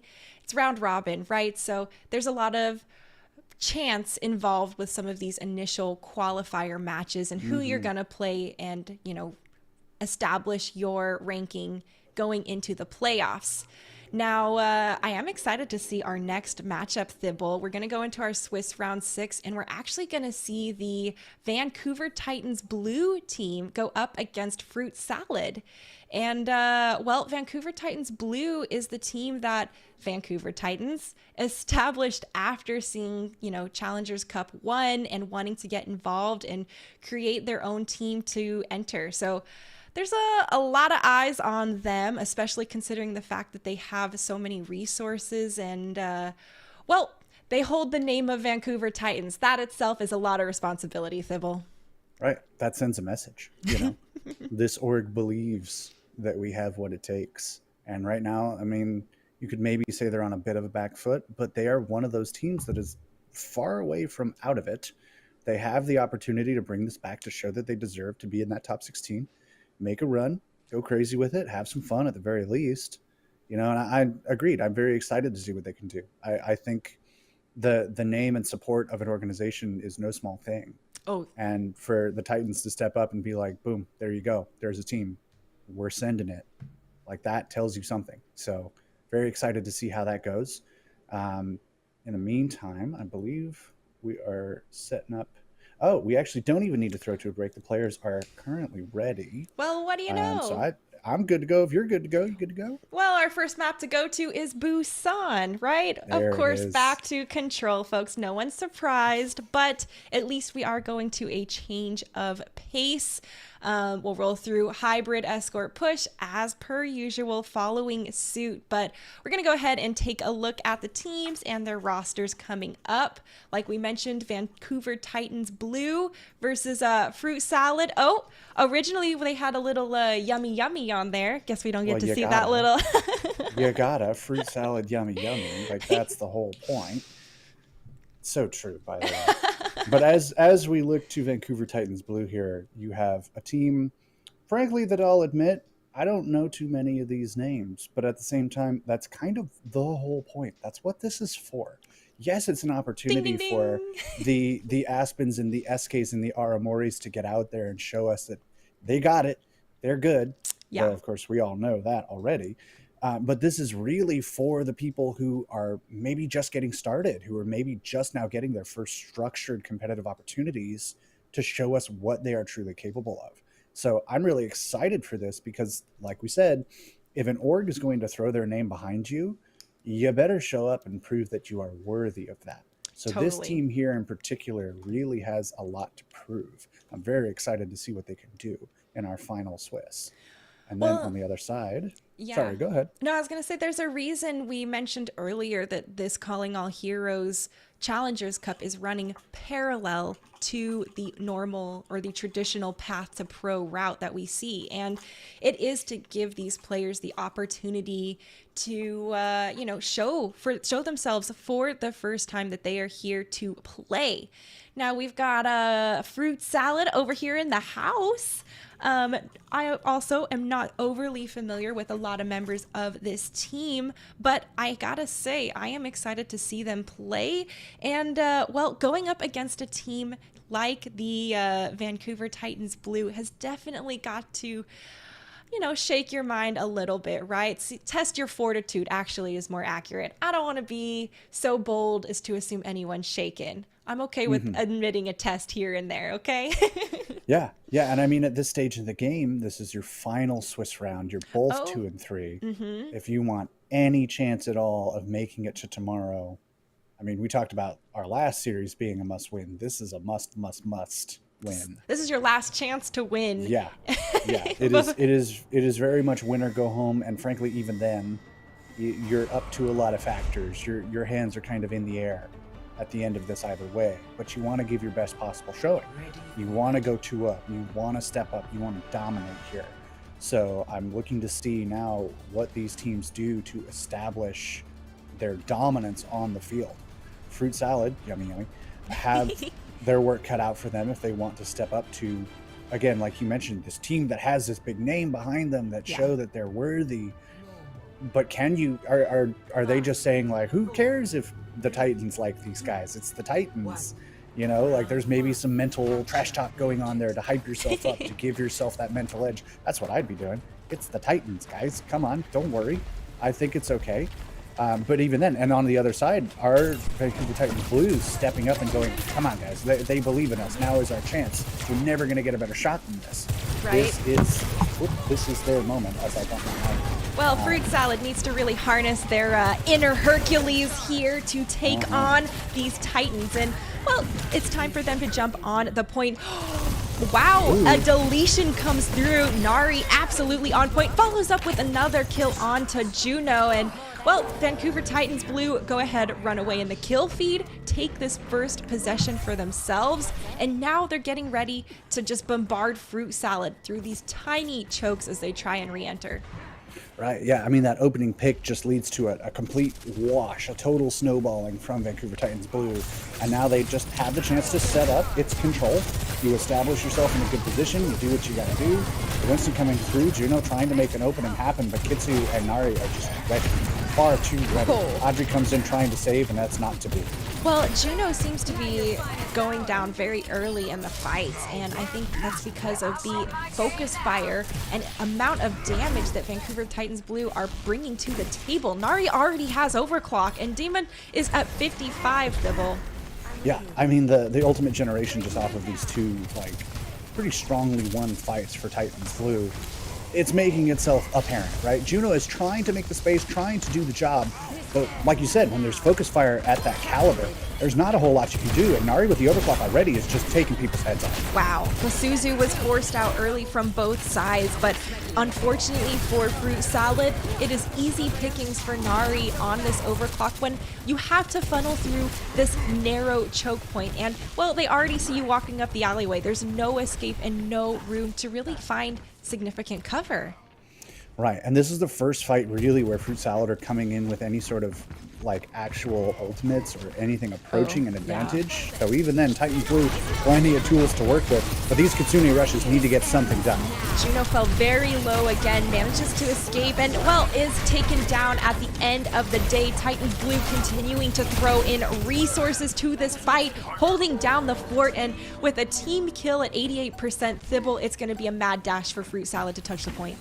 And Kazara was very low. There was almost an opening there for Fruit Salad as they used just about everything. Demon swapping over to the Tracer, trying to touch. Adri coming in with the Spirit Rush just to try and provide support, but Elf goes down before they even really get to the point, so they're not going to have much presence at all. Not a ton of healing. The Death Blossom coming out from Kitsu. That's probably going to be a wrap on this one. Oh, yeah, that is going to seal the deal there for Titans Blue, and honestly, a really dominant performance coming through from them for this opening map of Control. So, a great tempo start for them. The real question is, will that continue, or is Fruit Salad gonna ripen up and find their footing? Hey, there we go. The fruit puns. Let's get them going, folks. Thick and fast. Think of them. Help us out. So we're heading over to Sanctuary here. It's very open air. We're probably going to see still very similar compositions. Sojourn does just fine here. Reaper does just fine here. Winston does fine anyway. He's Winston. Don't worry about him. So, I mean, looking back at that mecha base, right? I think mecha base is probably the worst stage that Fruit Salad could have drawn of the three. You know, the choke points there are so intense. It's so easy to shift between all the different places that you can try to make an ingress. And Titans Blue just had their number all the way through. With this kind of wider, more open air like layout, there's maybe more opportunities for Fruit Salad to like set up a flank or get something cheeky. Right, or just, right. You know, kind of run at them and hope that sticks. There are more opportunities there perhaps. But Titans Blue looking real good. There's a lot more open air on this map in general, and, well, so far Titans Blue seem to be taking advantage of this close quarters room just like they did on Mecha Base, right? It looks like they're quite comfortable here in this chaotic, in-your-face fight, Thibble. Yeah, I mean, they love just kind of running at you. You know, this composition, some people do call it banana brawl, and a brawl composition is always marked by your capacity to run directly at the other team's face. So they're having a good time. They're playing this the way they want to play it. They are definitely playing their game, as you say. And Fruit Salad making their way around the flank, but immediately about to be met by Kazara and Titans Blue. Kazara very low though. Huge props to these Lucios for us, particularly Akim, to help Titans Blue meet Fruit Salad as they try and circle around for a flank and move to engage. They were right there, right on top of Fruit Salad immediately with no room for them to breathe. And once again, Titans Blue still trying to, well, back off after that most recent engagement here. A late kill there onto Akim, and, well, Fruit Salad gonna continue looking to push. Great primal here coming out from Kazara. You know, I mean, what more can you say, right? Like, advantages are abound for Titans Blue. They have the ultimates online. They're winning the neutral fights. Kazara with the primal, they're doing crazy things. Juno trying, I do want to shout out Juno again because I do really feel that they are trying their best to create the openings, right? That's kind of what the Winston's for. Like, I'm going to create the space so you guys can walk up and make something happen, and he is trying that. And man, that focus fire is nasty. Now Titans Blue coming online with 4 ultimates. Fruit Salad do have a few of their own. They've got both support ultimates online, close to the overclock for Demon. This could be a chance to turn it around, and frankly, at the percentages that we're at, it kind of has to be, but the deck is stacked, so let's see what they can do. Yeah, five ultimates stacked here. Titans Blue popped a lot of them to instigate this fight. 88% and counting for Titans Blue possession, and now Kitsu still has that Death Blossom is deleted here by Damon before they can pop it off, and now Fruit Salad looking to try and push 99%, and they were able to clip and initiate the overtime bar, but they have got to win this fight if they want to come back and try to hold this point. Right now it is 99% for Titans Blue and in their possession. Oh, Sylphie almost goes down, so close, but Kitsu rips through him with a Death Blossom. That's going to be the nail in the coffin, giving Titans Blue the win here on Busan. Yeah, I mean, just that was pretty dominant. Let's be real. that was a pretty good showing there for Titans Blue. You can say there were glimmers of hope, absolutely. Like, control is crazy. We know this. We've been saying this all day. There's always an opportunity to bring this back and kind of show what you can do on another map type, maybe a different composition. Oh yeah. But I mean, looking at the mirror, it's pretty clear that Titans Blue have been doing their homework. They know how they want to engage. Kazara has no problem stepping up and just being that guerrilla scientist. Yeah. You know, who just walks Oh, forward yeah. and does their thing. So good showing, honestly, from Titans Blue. Very impressed that they were able to maintain that level all the way through. I thought that their resource management of their own ultimates was also very controlled, and they were very conscientious of, you know, not overexerting until closer to the end of the matches, right? Once we got around that 80% capture point, we saw them get a little more relaxed and aggressive so they could continue staggering out the members of Fruit Salad and then eventually, you know, go to win the map themselves. So big props over there to the Titans Blue. Their Lucio in particular, Aquim, was just on point in my opinion, enabling them to actually meet Fruit Salad on whichever avenue they chose to engage on. And not just meet them, but meet them immediately after they had made that decision. It was so fast that I don't even think Fruit Salad had a chance to understand and realize that, oh, what we thought we were engaging on is actually them instigating on us in this other side. All of Busan was very, I'm not trapped here with you, you're trapped here with me. Right. You know? Yes. Yeah, it had that energy for sure. So, you know, a great showing here. I mean, map, match, tournament point on the line here for Fruit Salad, fighting for their lives at this point. But maybe that's the kick in the pants that they need, right? Maybe they go for a little pep talk between maps and turn out something crazy. You know, I do not want to rule them out by any means. This game is not over yet. But Titans Blue comfortably in the driver's seat, we'll say right now.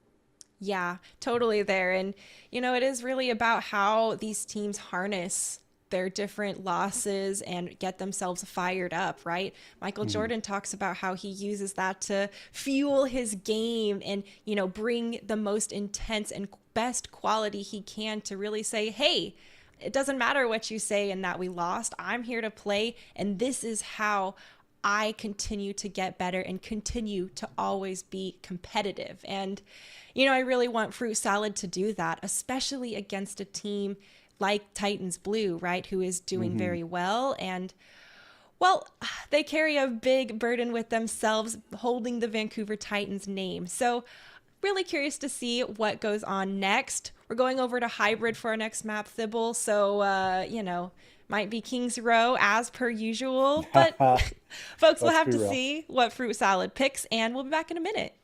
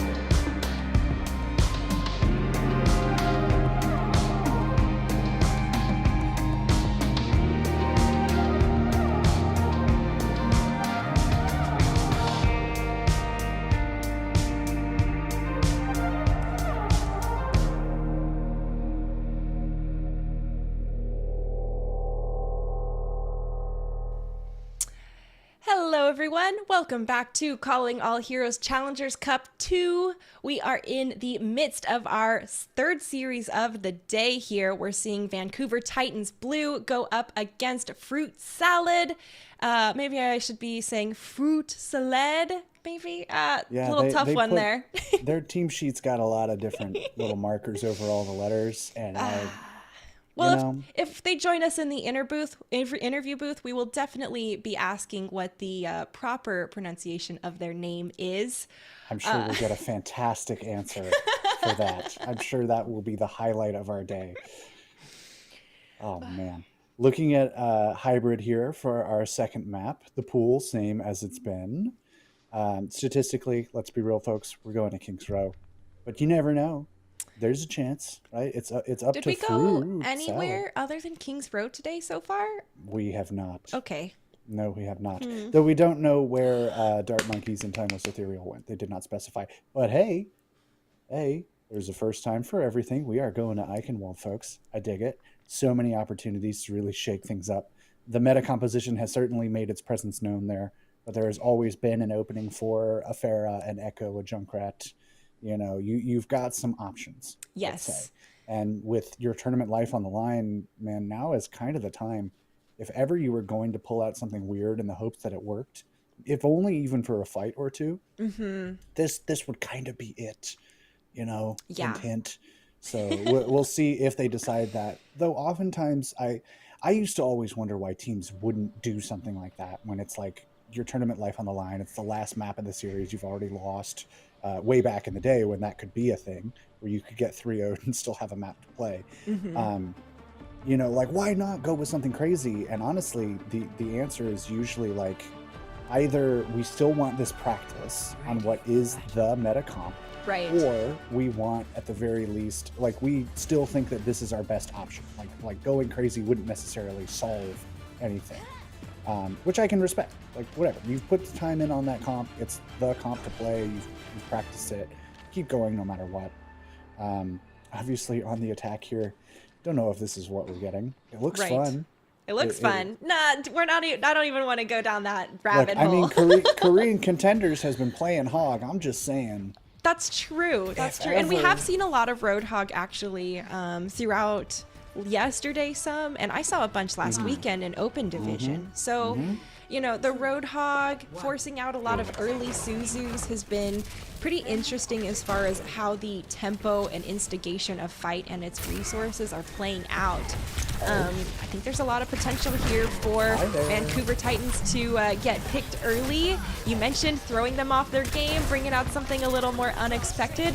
Juno on this Roadhog is exactly what the doctor ordered here. That's a nice hook, taking down Kazara early. Sophia already taken out of this fight, and ooh, with the pick there onto Damon, it's going to be really tough for Titans Blue to push, and Kazara's flipped onto the Orisa. I didn't realize we started celebrating Christmas so early. It's the 19th of November. This is great. I'm digging this a lot. Juno, great pick potential. The Winston, obviously kind of a glaring weak point that Kazara immediately moves to address. The Orisa, I imagine, is probably a much more sensible answer to this sort of composition. Yeah. The amount of work you can do with your javelins and with Fortify and everything really does help. And Nari, of course, just hitting all the shots in the world right now. Also a pretty decent boon. So Adrian Elford on. This already looks like it's kind of the break for Fruit Salad. But yeah, they're getting some work done.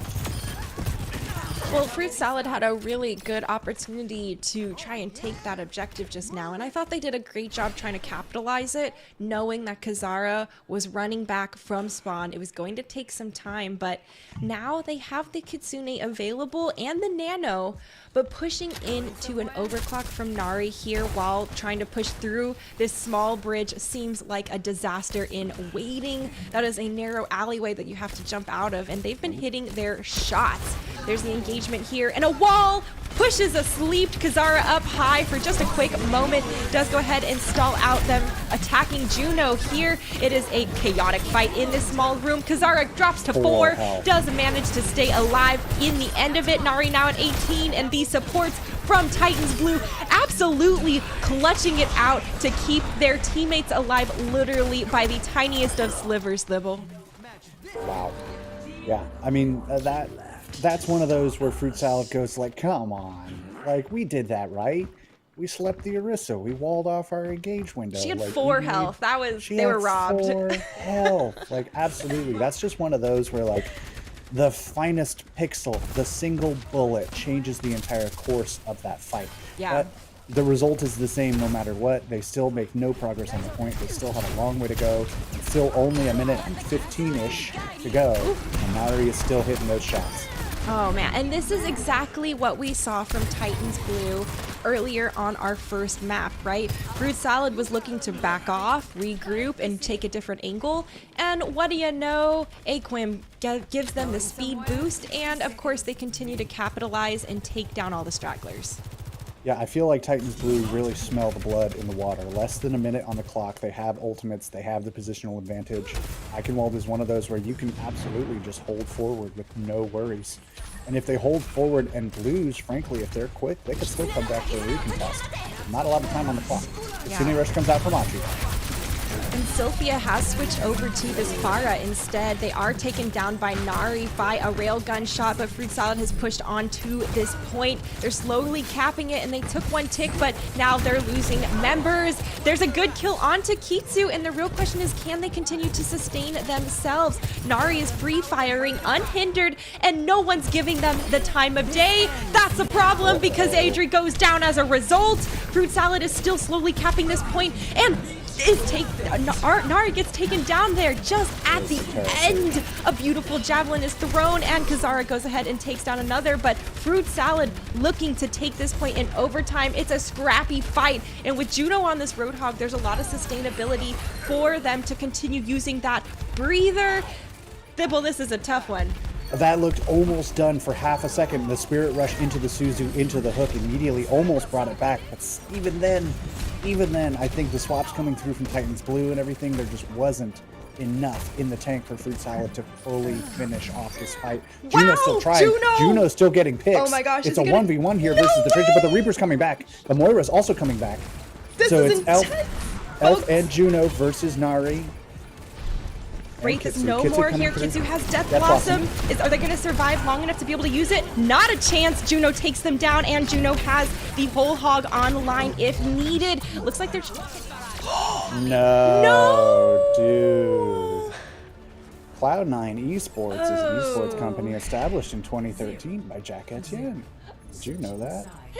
Wow. Oh, that's a heartbreaker because Juno was doing the work. Juno was having the fight of their life right there. Elf coming back on the Moira to recontest. Sylphia had swapped to the Pharah at one point. It was popping barrage in the middle of that at the end.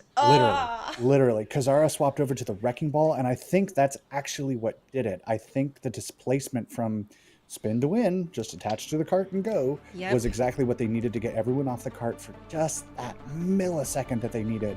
And that's a heartbreaker. But it's not a full hold. This is technically winnable for Fruit Salad. Right. It's a hell of a mountain to climb. Let's be real, folks. Fuller hold is always on the table. Yes, this is the spirit of Achilleos in this Chili's tonight. You know? I will say one of my other favorite things is there's plenty of time in overtime to choke. So yes, you're absolutely right too. Sylphia and Elf again on the Pharah Mercy coming through, trying to play double dutch over there, as I can see. This tower right here in the center that we're looking at on the right of the screen now is the perfect place for a Pharah to kind of just do her thing, peek around the corner, blah, blah, blah. Vancouver Titans Blue, let's see what they come out with. Does this Diva stick? I imagine it does. That makes sense. Nari on the Pharah. So not opting for the Sojourn where she's been getting so much work done. Nari and Aquim instead opting to go for the straight duel. We are having an honorable 2v2 in the skies of Eichenwalde today. And I love it. Well, and this is match point right now for Vancouver Titans Blue. Fruit Salad needs to bring their A game if they want to stay in this series. They almost had it there towards the end of the first point to capture it, but that is a nice early pick onto Kitsu. It's going to burn more time, and Titans Blue retreat immediately to regroup after losing that critical member. Right. I mean, they've got the time. Don't bother. Don't get fancy with it. Do what you got to do. Right? Make the swaps happen right away. Yeah, don't overstay your welcome. Absolutely. And Kitsu and Kazara both making early swaps here, the Orisa and the Cassidy coming through. Juno with that pick potential, though, is still going to be a huge factor. Kazara does a lot to mitigate that with the Javelin Spin, with the Fortify, with Nari getting a pick, with Kazara following up. Oh no! Ooh, That's a lot of one. players out of the game for Fruit Salad, and pretty much all of them joining suit as a result. Both supports were picked off right away by that pharmacy, and with no sustainability following suit, Titans Blue gonna go ahead, take this victory on Eichenwalde, and take their victory here for the final round of the Swiss rounds. Right, yeah, bringing them up to 3-3, making them possible contenders for that top 16 window. They needed this. Yeah. They needed this to be as dominant as it Ooh, a was. sharpshooter fair. frankly. This might be fun. Yeah, I'm excited to watch this. Nari, This we was didn't it. see a lot of first person, but it was absolutely beautiful watching that kill feed line up. Farah's doing Farah things, man. That's the one hero I really wish I could actually play. You know what? I agree with you there, all right? It's hard enough playing on the ground, but then you add the Y-axis to manage on top of it. Dimension? That doesn't make any sense. I don't have calculate game. that stuff. No. I play Bejeweled. I'm sorry. Oh, It's yeah. fine. But what a showing from Titans Blue, right? We talked about they need to step up. They need to show that they're worthy of this name, worthy of the top 16, worthy to be here. Though, of course, all teams are perfectly worthy to be here. Boom. But like stepping up exactly as they needed to in this moment. Yeah. I don't think we could have asked for much more for them in a game like this, in our 6th Swiss round. And now they at least have a fighting chance to make it through to tomorrow. We have to see, obviously, how all the standings shake out, any tiebreaker scenarios that need to be decided. All of that's going to need to be calculated before we know. But they're certainly in a better position than they were just a bit ago. Yeah, and I gotta say, I think that the Titans Blue are feeling really good closing out the Swiss rounds on a win like that with some really clean, fundamental gameplay that they were bringing to the table as far as moving around the map, meeting their enemy before they had time to really stage where they wanted to set up and path around to their point of attack. And even though Titans Blue won, I want to go back just a moment here, Thibble. Juno on Eichenwalde for Fruit Salad, an absolute beast. And regardless of these results, my player of the match goes to you, my friend, because that was some clutch Roadhog play coming through, hiding behind the cart, barely getting to take a breather in, just in time for Adri to come through and pop you some heals on the Moira. Just a really, really strong, clutch effort and moment and performance from all of you that I think deserves a lot of recognition. Absolutely. Yeah, I mean, that game required perfection, and Fruit Salad were approaching that level. It was really just that one fight that cracked it open. And unfortunately, the margin of error was as small as it was, because in any other scenario, I fully believe Fruit Salad could have come back and maintained their hold, or, set up for a good streets defense or whatever, if that was the position that they were in. And the cards just didn't shake out for them in that way. But that doesn't mean they didn't go out swinging. Agreed. And Juno on the hog, dude, that's the good stuff right there. That's something to be proud of. Absolutely. So, yeah, agreed. Well recognized, guys. You put in that work, however your name is pronounced. Ooh, yeah. Well, and definitely not someone I want to meet in my quick play games, because that's definitely the only ranking possible we would ever see each other. Yeah, please stay away from me. Just good job. let me know it's you, and I'll leave right away. You don't have to worry. Yeah, I'll save myself the trouble. I'll save us both the trouble. I will. Yeah, especially if you're, playing Genji or someone trying to push into Juno on the road. Yeah. I'm just gonna take a break. That's my signal to go touch grass. I understand. Thank you. Have a good day. Right. So just as well, I mean, good effort on all sides. Excellent work for Vancouver Titans Blue. They're popping off. They're showing that they're worthy. In the meantime, we are going to work on setting up an interview here in the next few minutes. So we will see you guys whenever we've got that ready.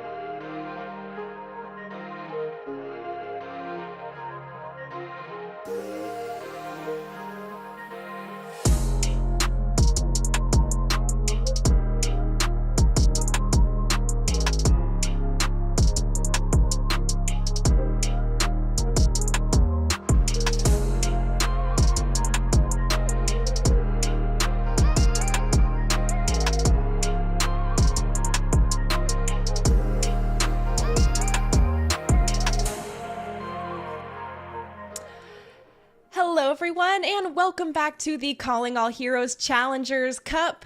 We have the victorious Nari from the Vancouver Titans Blue team joining us here in the interview booth. Nari, hello, welcome, and thank you so much for joining us after your win. How are you feeling?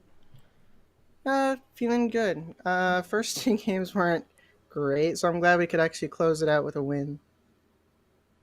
Oh, absolutely. And a beautiful win at that. You guys were pretty much in a flow state from our perspective, and it almost looked like you could read the future of where Fruit Salad was gonna path or try to attack next, and you were already there before they even had a chance to get set up. What kind of went into that, and what were the comms like? Comms are like sometimes you get very chaotic in like the I guess more competitive matches. But this one a little less competitive, unfortunately. But we went in. We kind of had a reset after our first two games. I personally went on a walk outside to just like think about how I could like reset myself. Like think like I did not feel good that game. I actually like stopped calming in one of our games.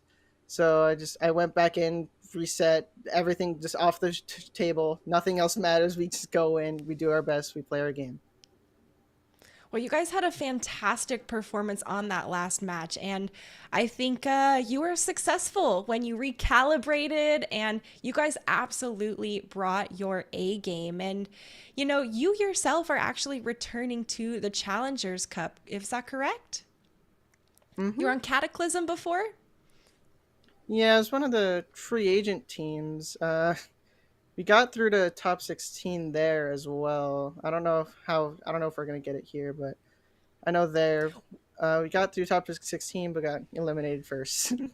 Oh, well, the good news is after your win just now, you guys are actually in the contenders to be in the top 16 going into tomorrow. So you guys were very clutch and, you know, did a fantastic job. Don't you think, Thibble? Yeah, absolutely. Nice throw. Good job. So I kind of want to talk about just kind of how this tournament has gone as part of this new team, right? Or at least some new branding on this team, rolling in as Vancouver Titans Blue. You know, how does that feel for the whole squad to kind of have that name behind you? Like, is there pressure? Like, what expectations do you place on yourself? Like, and what has it been like working with the Titans? It's been really fun. They held some trials back, like I think last month or something. I don't remember exactly, but I did really well in those. They hit me up saying, "Hey, you're good. Please join us." Basically, Hey, that's a good message to get. but yeah, I don't know how everyone else feels about it, but personally, like I put a lot of pressure on myself already because I know I hate to be ego about this, but like I know how good I can be at this game. So I try to do my best always, and having this name behind me, just like I was like, oh, I should do really good in this. I really want to get my name out there and everything. I want to show the community like, hey, I'm here. Please let me play the game. And please, I swear. Yeah, rock on. I swear we don't bite too hard. Uh-huh. Yeah, no. Well, I wanna just the Titans are a really really cool team. Really love the staff, love the team. They've all done really well for us. We just tried our best. Yeah, absolutely. I mean, you guys put on a hell of a clinic in that last match. I think you guys are proving yourselves worthy of the name, as I kept bringing up. You know, Oh, yeah. I can only imagine, Yes. you know, the expectations you place on yourselves and everything alone.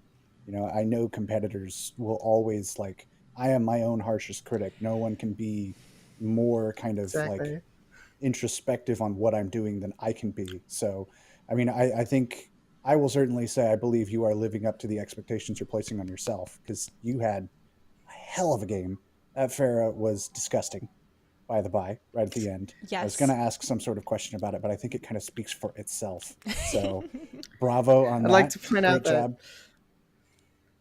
like barely play Pharah. Like I played it in AWIC a while back when it was meta, but I stopped doing it like because I was like, I don't like this character. Plus, Sojourn's fun and broken, For so I sure. wanted to Fair. pick her up. Wanted to get as good as I could at Both that true. character, and I stopped playing Pharah. I missed a lot of shots that map there, but still got. Well, through. your sharpshooter won. play of the game was the highlight, so Yeah, you that got might nothing say to otherwise. fret there. Yeah, you got a Yes, sharpshooter you play got- of the game, dude. It was. You I hit saw like the 3 play, directs in a row. Yeah, Yeah. I don't need to explain it I to don't you, play but Pharah very often anymore. Yeah, you Now you're literally, making She's like, one of my Bibble and lowest I feel played bad. DPS besides like Tor, but yeah. Well, I mean, I think you proved that maybe keeping the Pharah in your back pocket isn't the worst idea. You know, the Sojourn I happily will admit is both fun and insanely broken. So Yes. feel free to keep going on that one for I as long wonder as if they'll that nerf her. lasts. You never know, right? Hey, I just make the tweets and do the casting. Right. Don't yell at me about Sojourn, please, everybody. It's not my call. I can't start the game, and If I you don't can't nerf her, nerf I won't Sojourn. complain. Yeah, right. Yeah, I mean, ride that train, dude. While you're good at a hero that's good, let that momentum carry you. Absolutely. Well, all right. I won't keep you any longer. Before we let you go, though, is there anyone you'd like to specifically thank or give a shout out to, or anything else you'd like to say to the fine folks out there watching us right now? Yeah, thank you to the Titans for taking a chance on me, my team for supporting me, making sure I stayed alive and all that. I want to thank the coach that they gave us, Wadi. It's really good, really cool. Really helped me out, helped me deal with my mental better. Thank some of my friends, Slick and Akumaru. Love them. Thank you to the community. Thank you to Blizzard for hosting this tournament. It's very fun so far. Excellent. Well, glad to see you're enjoying it, and glad to see you got some people behind you. So thank you very much, Nari, and we'll let you go. Go celebrate your win and have a good rest of your day. Well, I guess it should come as no surprise that Vancouver Titans Blue has quite the support staff and resources to really help their teams be successful. And I gotta say, I love hearing that there is a pipeline directly coming from these pro teams here for these events like Calling All Heroes, and hopefully we see more direct funneling down in our T2 and T3 scene. So we actually have a fully developed pipeline feeding everyone into the pros.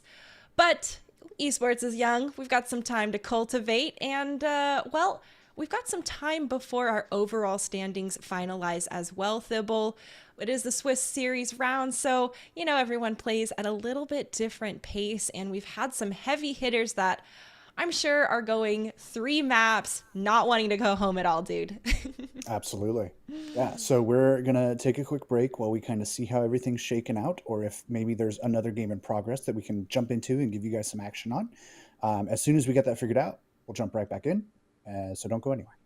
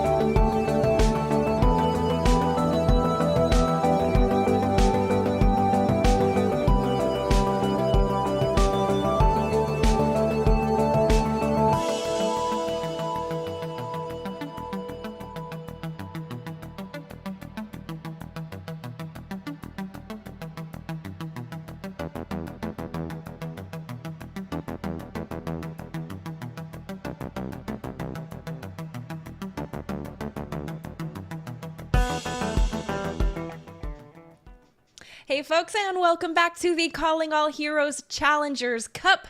We are going to jump into the third map of a currently active round robin series of Defiance Night Witches versus Ban on Chalky Milk. And Thibble, I think you're a little personally invested in this, right? I have stakes in this game, yes. I like Chalky Milk very much. So, but I'm a caster. I will present an unbiased view of these events if I happen to slip in my opinions about Chalky Milk. Well, you have no choice but to deal with them. But I will keep them to a minimum. Fun fact, chocolate milk is one of the best recovery drinks you can have after a workout. Thank you. Yes, that's what I say every time. They're like, chocolate milk, really? Are you 5? And I go, no, it's actually really good for you. Yep. And it tastes good. There's a team in Northern California, a school specifically, that is well known for making their own chocolate milk by their school, got their whole branding and everything on it. And every time we visited their turf for their own home games, they pass out chocolate milk to both teams that participate. So, I bet this team that we're about to cast right now probably hates those guys. I bet they're like the biggest rivals of them all. If that school ever makes an esports division and they face off against Ban on Chalky Milk, I want to be there for that. We got to make a show match or something. Yeah, watch out, Fresno. Oh, goodness gracious. Well, we also have Defiance Night Witches. And personally, whenever I see anything with witches or... I'm here for it. Geez, have you seen all of the Overwatch witch skins we have? I don't know who over there is making all those calls, but I think back to Monty Python and, what burns other than witches? More witches! Exactly. And the Kiriko skin came out, so all I can say is, more witches! I feel like the Night Witches should get to use Witch Kiriko. Because we normally disable skins for competitive play, obviously. But I would allow it. Come on, give them a little bit of that, right? That would be fun. But as we get out here, we've got Ban on Chalky Milk setting up on the defense. Don't know how they'll be able to do that with their severe calcium deficiency.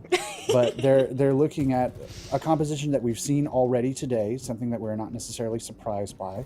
Double Sniper, Zen Bap with a Sigma. We've got some dancing going on. Oh yeah, he got a new dance too, I believe this is his new one. Oh. This composition is just great for you've got a strong backline in the back, you have some pick potential midfield, and Sigma is just setting up with that shield, the projected barrier, providing that zone potential. Defiance, in the meantime, are going for exactly the same thing we've been seeing today, the go-to, the meta. Ize coming online with the Winston, and they are just going to try and put some pressure on and overwhelm the shield. An opening pick on the Cowrie will absolutely do that. That is tough, on Ban on Chalky Milk. jeez. Defiance on Night Witches. Jeez, that's going to be tough. Night Witches. There's, All right. Yeah, so many words. Into all of Recalculating these my brain names. here. Yep. No, I don't blame you in the slightest. There's more words at the top of the screen than we're used to but even so, they're fighting it out. Defiance Night Witches just immediately pushing that point there, just being that forward presence that they need to get this out. Yeah, well, and Ban on Chalky Milk's comp is not quite as hardy as Night Witches are bringing to the table, right? They've got, a Fran actually switching over to that Lucio instead, going to be getting back much faster. And now with Zombie instigating on this street here with Kitsune, they've pretty much put Ban on Chalky Milk in their place, with Zetsu Boy trying to recover, really only using Gravitic Flux to stall out. Defiance going to go ahead and take the first checkpoint. And at this point, you maybe wonder if this composition is really working for you. I mean, the composition can work at any part of the map, but yeah, I think right here is the good time to swap. Night Witches are obviously proving that their aggression is not something that the Sigma and the Double Sniper can really deal with. So switching to your own Winston, your own Reaper, your own Kiriko, those are all kind of the answers, right? You go back to the mirror, you see what you can do with this in the neutral game. You do kind of have you're going to have a bit of an ult disadvantage as this overclock comes online for Fellow. But nothing you can do for that except build them up. Right, Fellow trying to just chomp away at the health bars on Ban on Chalky Milk. Does throw a nice disruptor shot in the heart of the choke point.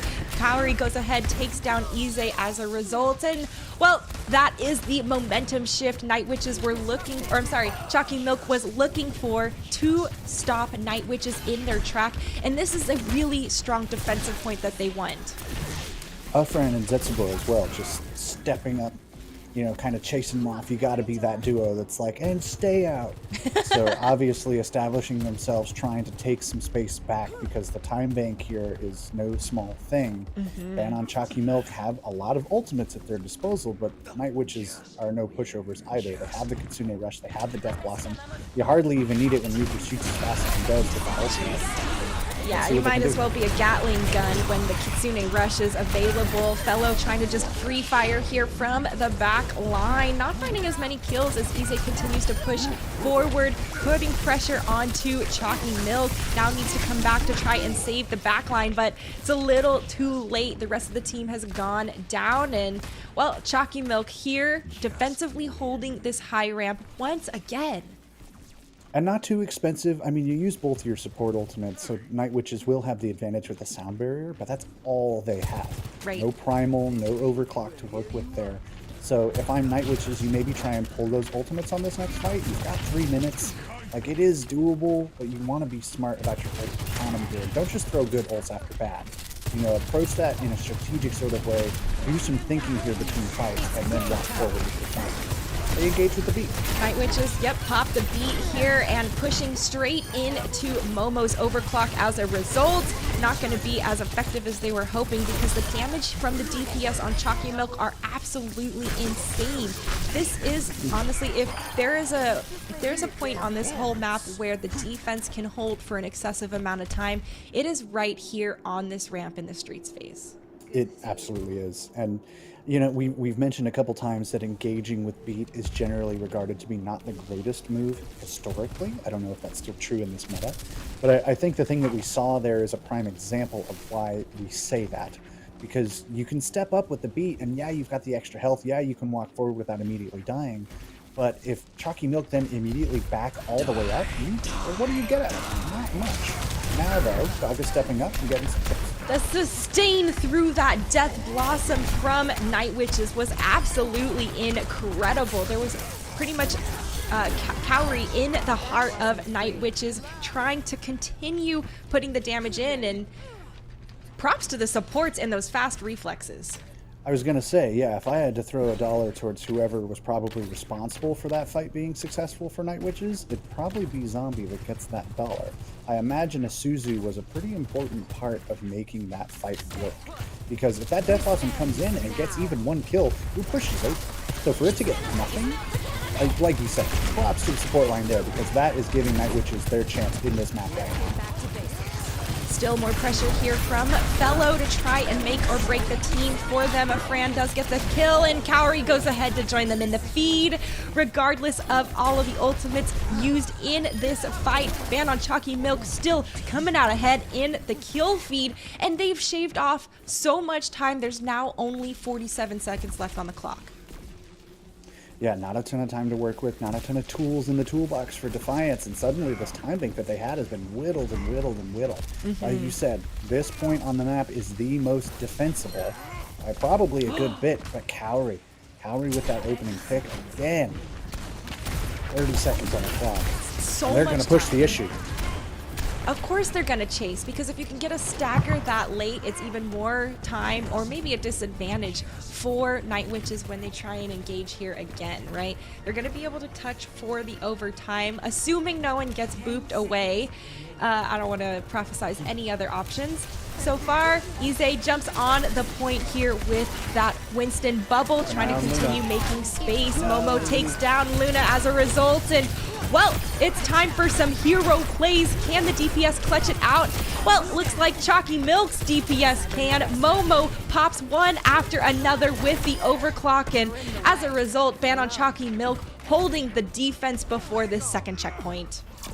Absolute heartbreaker too, because you maybe heard me call out keep an eye on Luna. He was he started that fight with 92%, right? You immediately walk up, and she's just trying to build it, and she finally gets it halfway through that fight and gets Ajaxed. So, I mean, that sound barrier coming through could have been the difference that got them through that fight. And just, I think, obviously, Ban on Chalky Milk were probably aware of that win condition, aware that that was maybe the only ultimate Defiance Night Witches had online, and just focus the Lucio, right? Like, that's the logical solution to that problem.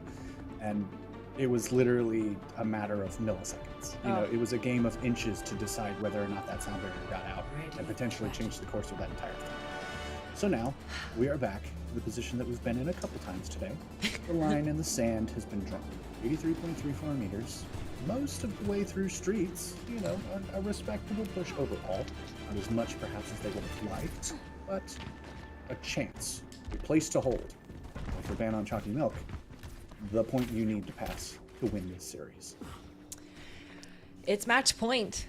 Whichever team wants to actually take this win and give themselves that final boost for their overall scores moving into the top 16 need to stand tall and do it now here on Circuit Royale. It's the last round of the Swiss round styles, and well, pushing into pushing into Night Witches could be difficult, right? We saw, well, I like that they've actually already backed up a little bit more. They want to wait and force out those resources early in the fight, get some disruptor shots, and with an early kill and a lot of exchanges actually, Ban on Chalky Milk are going to have the player advantage, but it's still a lot. Oh my gosh, Thibble, this is a sloppy fight as far as who's getting picked left and right, back and forth. Yeah. I mean, we were talking about, like, do teams want to hold at this first corner, or do they want to back up and give up resources and things like that? There's maybe some dissonance here or there, fight to fight, on where exactly you want to go or how exactly you want to handle it. And I think both teams maybe made some slight errors that allowed for those trades and that sloppiness and for that fight to kind of default to where it did. Even so, Night Witches look to be recovering quickly, immediately setting up on this corner. No confusion there about how they want to set that up. Doggy's going for a bit of a flank, applying some pressure, but Momo already getting out of these. A lot of abilities already forced out, and this is going to be a scrappy fight now. As a result, everyone is essentially killable and waiting for the right opportunity to try and capitalize. We see that there is doggies with the Death Blossom here online, and really it's a matter of time of when they want to pop it. Are they looking? No! Just gonna jump in the heart of Chalky Milk, take my 4K, and well, reset la-dee-da. Can someone induce vomiting on doggies? Because chocolate is not good for them. Can someone get on that? Can someone call them, please? Sorry, folks, I had to sneak that one in there. So some ultimates coming online for Night Witches as they establish their hold off of that Death Blossom. They did also use the Kitsune Rush, but Momo starting right out with the overclock and immediately getting the pick onto her counterpart. Yeah, and with Fellow taking out early in this fight. That means there's no overclock online for Night Witches either. Doesn't look like it's going to matter because Ize is all over that back line, putting the pressure onto Momo as a result. And the amount of space that they created to continue allowing Night Witches to defend this first point was incredible. Right, yeah. I mean, we were talking about Achilles earlier. I feel him in this Chili's tonight. You know, the fuller hold is still very much on the table, even if, frankly, if Ban on Chalky Milk give up the next couple fights or give up the next point. Or rather, can manage to capture the first point. Sorry, I'm getting my side swap. They have some ultimates online. They have the capacity to do so. The Kitsune from Open with the Death Blossom from Calorie could do quite a bit. But I think they're content to kind of draw ult. Never mind, I absolutely saw a line. That's all they're cute. Yeah, and well, in the thick of all the confusion and mayhem, it is all Ban on Chalky Milk, continuing to put the pressure and berate Night Witches. They got all the kills they needed to finally grab that first checkpoint, but that was a lot of time burned off the clock. Right, and look at Zetsubo immediately just like stepping all the way forward, right? All of this space is now available to the team to reposition, to reestablish themselves, and I think that's a very strong presence of mind from her to immediately be like, guys, I'm gonna be up here. I'm just gonna look big and scary. I need you guys to set up exactly where you want. Get this cart moving. Let's figure out how we want to fight this. It's a strong call, I would say, from Zetsubo for the rest of Ban on Chalky Milk, because they don't have a lot to work with as Kaori also goes down. Primal does come out from Zetsubo. Well, yeah, even with the use of the Primal, they do manage to take down Zombie here in the thick of the game. And, well, another kill, is it? There it is, right there on to Doggies. Does actually result from Momo, but it's all about the team work. Chalky Milk continuing to be aggressive and push forward, as now the members of Night Witches still are outnumbered. Looking a little dire. Ize's going to have the Primal Rage coming back online. Zombie's going to have the Kitsune Rush, but they need him not get staggered. Yeah, dude, you got to go. You absolutely need to leave. There's not a lot of space. There are 2 minutes on the clock. You have one shot. And if you see 9, you got to PayPal me $10. Okay, there's the touch here from Night Witches. Ize goes ahead, uses the Primal Rage to make sure no one else can really put too much pressure. Even though Momo pops the overclock, there's still a lot of damage potential, and Ize down to the sliver of health, taken down at the end of the day. And now Night Witches are going to be down a player, down 2 players. That's devastating, and that is exactly what Chalky Milk wants for their opportunity here to take this victory on Circuit Royale. It's match point, and they are gonna take the win. Yeah, poor Doggies there. You saw just at the end of that Death Blossom. I think she basically made the attempt to like, oh, they're gonna run right past me and I'm gonna be right there, and they just kept running. I mean, they do have this Death Blossom to take home with them, which excellent stuff. But I mean, that was just a tough fight from the beginning, right? That was an uphill battle in the extreme. You didn't have a lot of time to work with. You had to maintain such a stout defense, much like the last game that we saw. It's just one of those where you kind of needed to be pretty close to perfect, and there was just one moment that kind of busted that all open. So a good effort from them, but even so. And a really nice defensive effort from Ban on Chalky Milk as well, you know, coming through to really stall right there before the second checkpoint. And that's just one of those it's like being stalled just before the second checkpoint on King's Row, with how the stalls favor the defense and how much easier it is to free fire on them trying to walk up that longer alleyway, right? If the offenses establish themselves, they push forward to take that space like we saw from Zetsubo for a reason. And, well, at the end of the day, the ban on Chalky Milk is a go. Sorry, Thibble. I'll get my revenge. Don't worry. Yeah, I mean, dang. It was a close game all the way through. I think both of them put forth an excellent showing. Really showed what they were capable of in those last minutes, right? We had some great plays on either side. You know, just some fantastic sets, some clear communication coming through, like strategy on both sides, showing that they each had a plan of how they wanted to do things. But at the end of the day, the odds of drawing on Escort are infinitesimal. Right. So, it's Man, I would love that. I would love that so much. But let's be real. You It's not gonna happen. know, One day. yours truly has done it, and it was definitely a C9 when it happened for the I checkpoint. So love that. that's I the absolutely equation love that that. typically unfolds if that's the case. Yeah, absolutely. Even so, much the same as we have been flowing through today, we are going to see about getting an interview ready for you guys.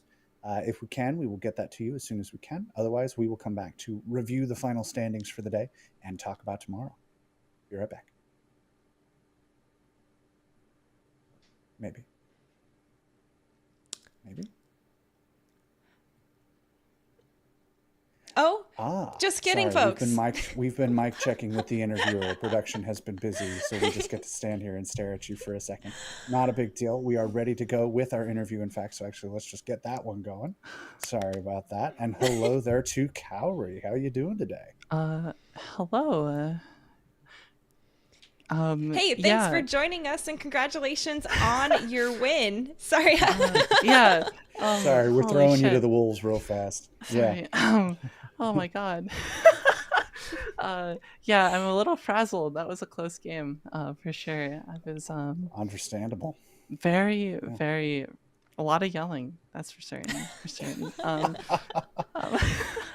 Take us on the um, journey of kind of like what you guys went through for all three of those maps, because unfortunately us and the audience didn't get to jump in until your very last round there on Circuit Royale. But tell us about kind of how the evolution of the whole series unfolded up until you guys take the win. so yeah, we had a very close map that went to 2-1 on Oasis. We lost the first map and then won the next two. So we were a little frazzled going into that, and then the next map on Kings Row went to a 5-6 final score. Whoa. We Oh pushed it almost all man. the way twice, both teams. So it was very interesting. Yeah. I just remember we lost Kings Row, and then obviously you guys went on the journey with us to Circuit Royale. Yeah. Whew. Well, you guys definitely had a lot of back and forth, and I want to definitely call out that you guys had fantastic defense right there before the second checkpoint of Circuit Royale. What was kind of the mentality and thoughts, or like how did you guys really bring that together? Because you stalled there for what was it, maybe 3-ish minutes, Thibble? Closer to 4. Closer to Yeah. 4. Um, Jeez. So we identified some of the weaknesses in their team. Obviously, I'm not going to do that because that would be rude to the other team. But we were like, okay, when they use these set of cooldowns, we blow this person up. And that was basically, and then it turned into screaming target calling as per usual. That was, I think all of my team's voices are going to be fried. Oh my God. It's gonna be rough. Go drink a honey lemon. Plenty of I, water. I, think I you believe guys will I'm be actually fine going on to go that. drink some chalky milk. Oh. And my Hang on. team tried to ban my chalky milk addiction. That's why the team name is Ban on Chalky Milk. Okay, it's because we Mm. have a secret chalky milk stan. I'm so glad we Yeah, got to figure that out. because I assumed you one, all hated it. no. Good to know. It's my team. So basically, they don't hate it either. It's just they hate what it does to my comms. I just start yelling and screaming the entire scrim block, and Because they it's a can't get me superior in beverage that control. gives you the strength. Yeah, Exactly. For Yep. I sure. get it. New gamer fuel in the house. Chalky Yeah, milk. Let's go. yeah. That's gonna be G Yeah, Fuel's next yeah, deal. Is we do chocolate milk now. yeah. Cool.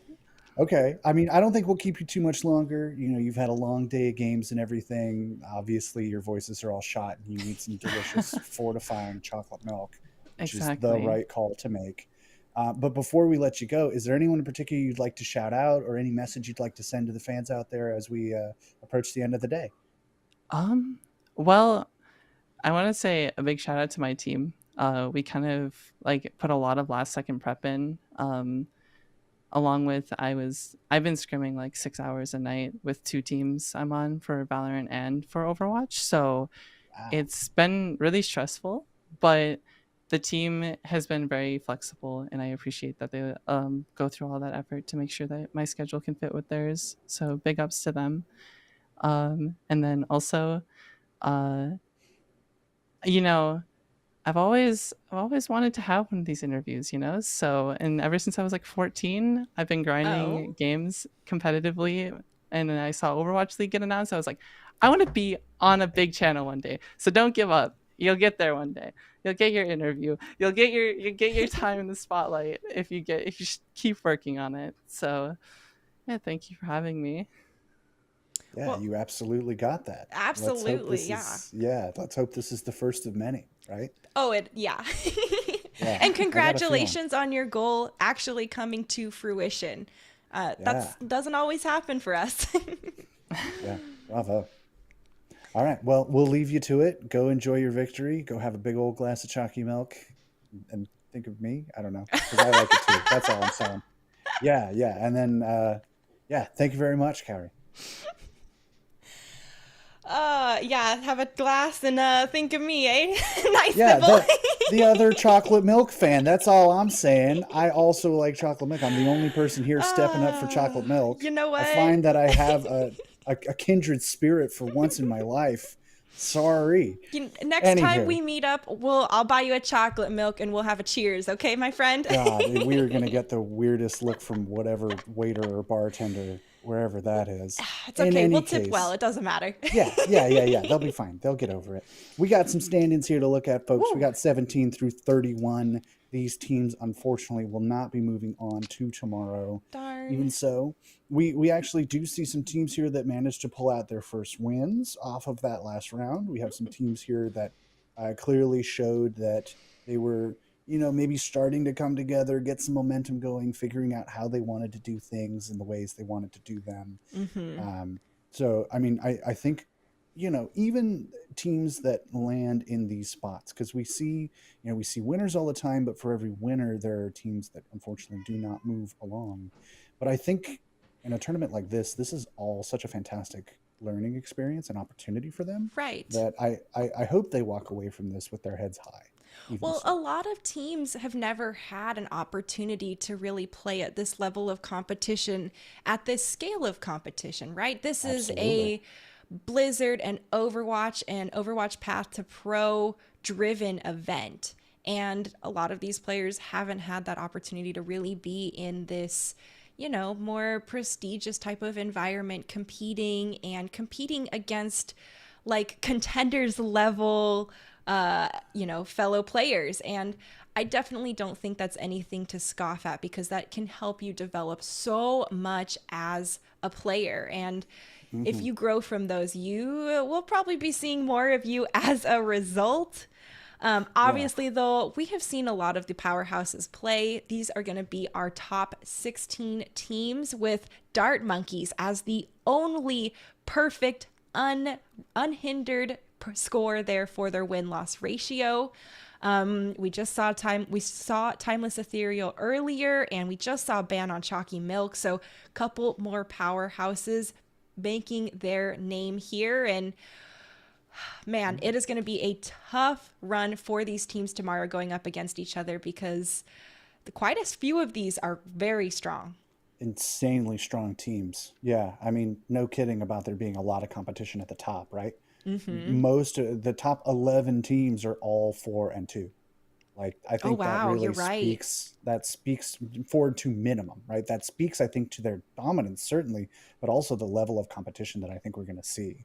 I'm hoping not too many 2-0s tomorrow as we get into our first rounds in the afternoon. Also want to shout out Vancouver Titans Blue, making the cut down there. Yeah. We've got a few 3-3s, obviously, starting with number 1 on Overbuff and going all the way down. But I think it's good to see, after having spoken with them, that they managed to make it in just under the wire that they needed to be. I mean, still proving themselves capable. I agree with you there. And they were really wanting to be in that top 16. Both of those teams them and Fruit Salad were really on the cusp of like, okay, are you going to be able to make it to come back and make a showing tomorrow? But, the Titans Blue really invested well. They came to play and clutched it out here for the last round. So big props out to them for really, making sure they found their footing and, well, starting to make a name for themselves as well. Hmm. Yeah, and I mean, tomorrow's a new day, right? Just Ooh. because you're number 16 does not mean you cannot make a run by any means. Six- Hangzhou Spark came in at the 12th seed and made it to 4th place, Let's right? So go. like Let's see those upsets. yeah, I think that's the energy that I'm really hoping to see tomorrow, is teams realizing like the fact that we get to play it all tomorrow means that there's a chance. Right. Doesn't matter how slim, doesn't matter at all. We're going to just try and make this happen. So shout out to all the teams that made it. Shout out to all the teams that didn't. Like, don't worry. Yeah, it sucks. As a competitor, you always, probably walk away from that with a bit of a taste in your mouth. But at the end of the day, especially if this is like your first or one of your few first Oh, yeah. opportunities at this level, at this scale, keep going. Like, every team and every player started as the team that didn't quite make it necessarily, and they just ground it out, built it up. So let this be your start. Let this be the place where you become that sort of player. Because I think we have a lot of like really inspiring talents, even on the 17 to 31 graphic over there, So I'm excited to see them come up in future qualifiers and see what they can do as they develop their skill. Yeah. Well, and the Calling All Heroes path is its own parallel path down the path to pro as well. So I suspect that we will see a lot of these players returning from across all the teams as, they continue to grow, and us as an Overwatch community continue to expand how often we include all the marginalized genders and how often we make it become more regular, right? Where it's no longer special. It's the norm that we're always all together and it's all equal all the time. And, peace and brotherly love. Let's go world peace all around. That kind of vibe pushing forward. That's what we're here for. Yeah, we are going to solve world peace this weekend, folks. Be ready. Twitter might not be here, but world peace will right. be. And that's a fact. Twitter was never going to contribute to world peace, all right? It frankly needs to go if we want it. So now's the perfect time. In any case, folks, we're hitting the rambling stage of the night. Thank you very much for watching. We will be back same time, same place tomorrow to start our round of 16. See those final 4 that qualify for the finals in December. Again, thank you for being here. Thank you for supporting Tier 2 and the Challengers Cup. And we will see you guys later.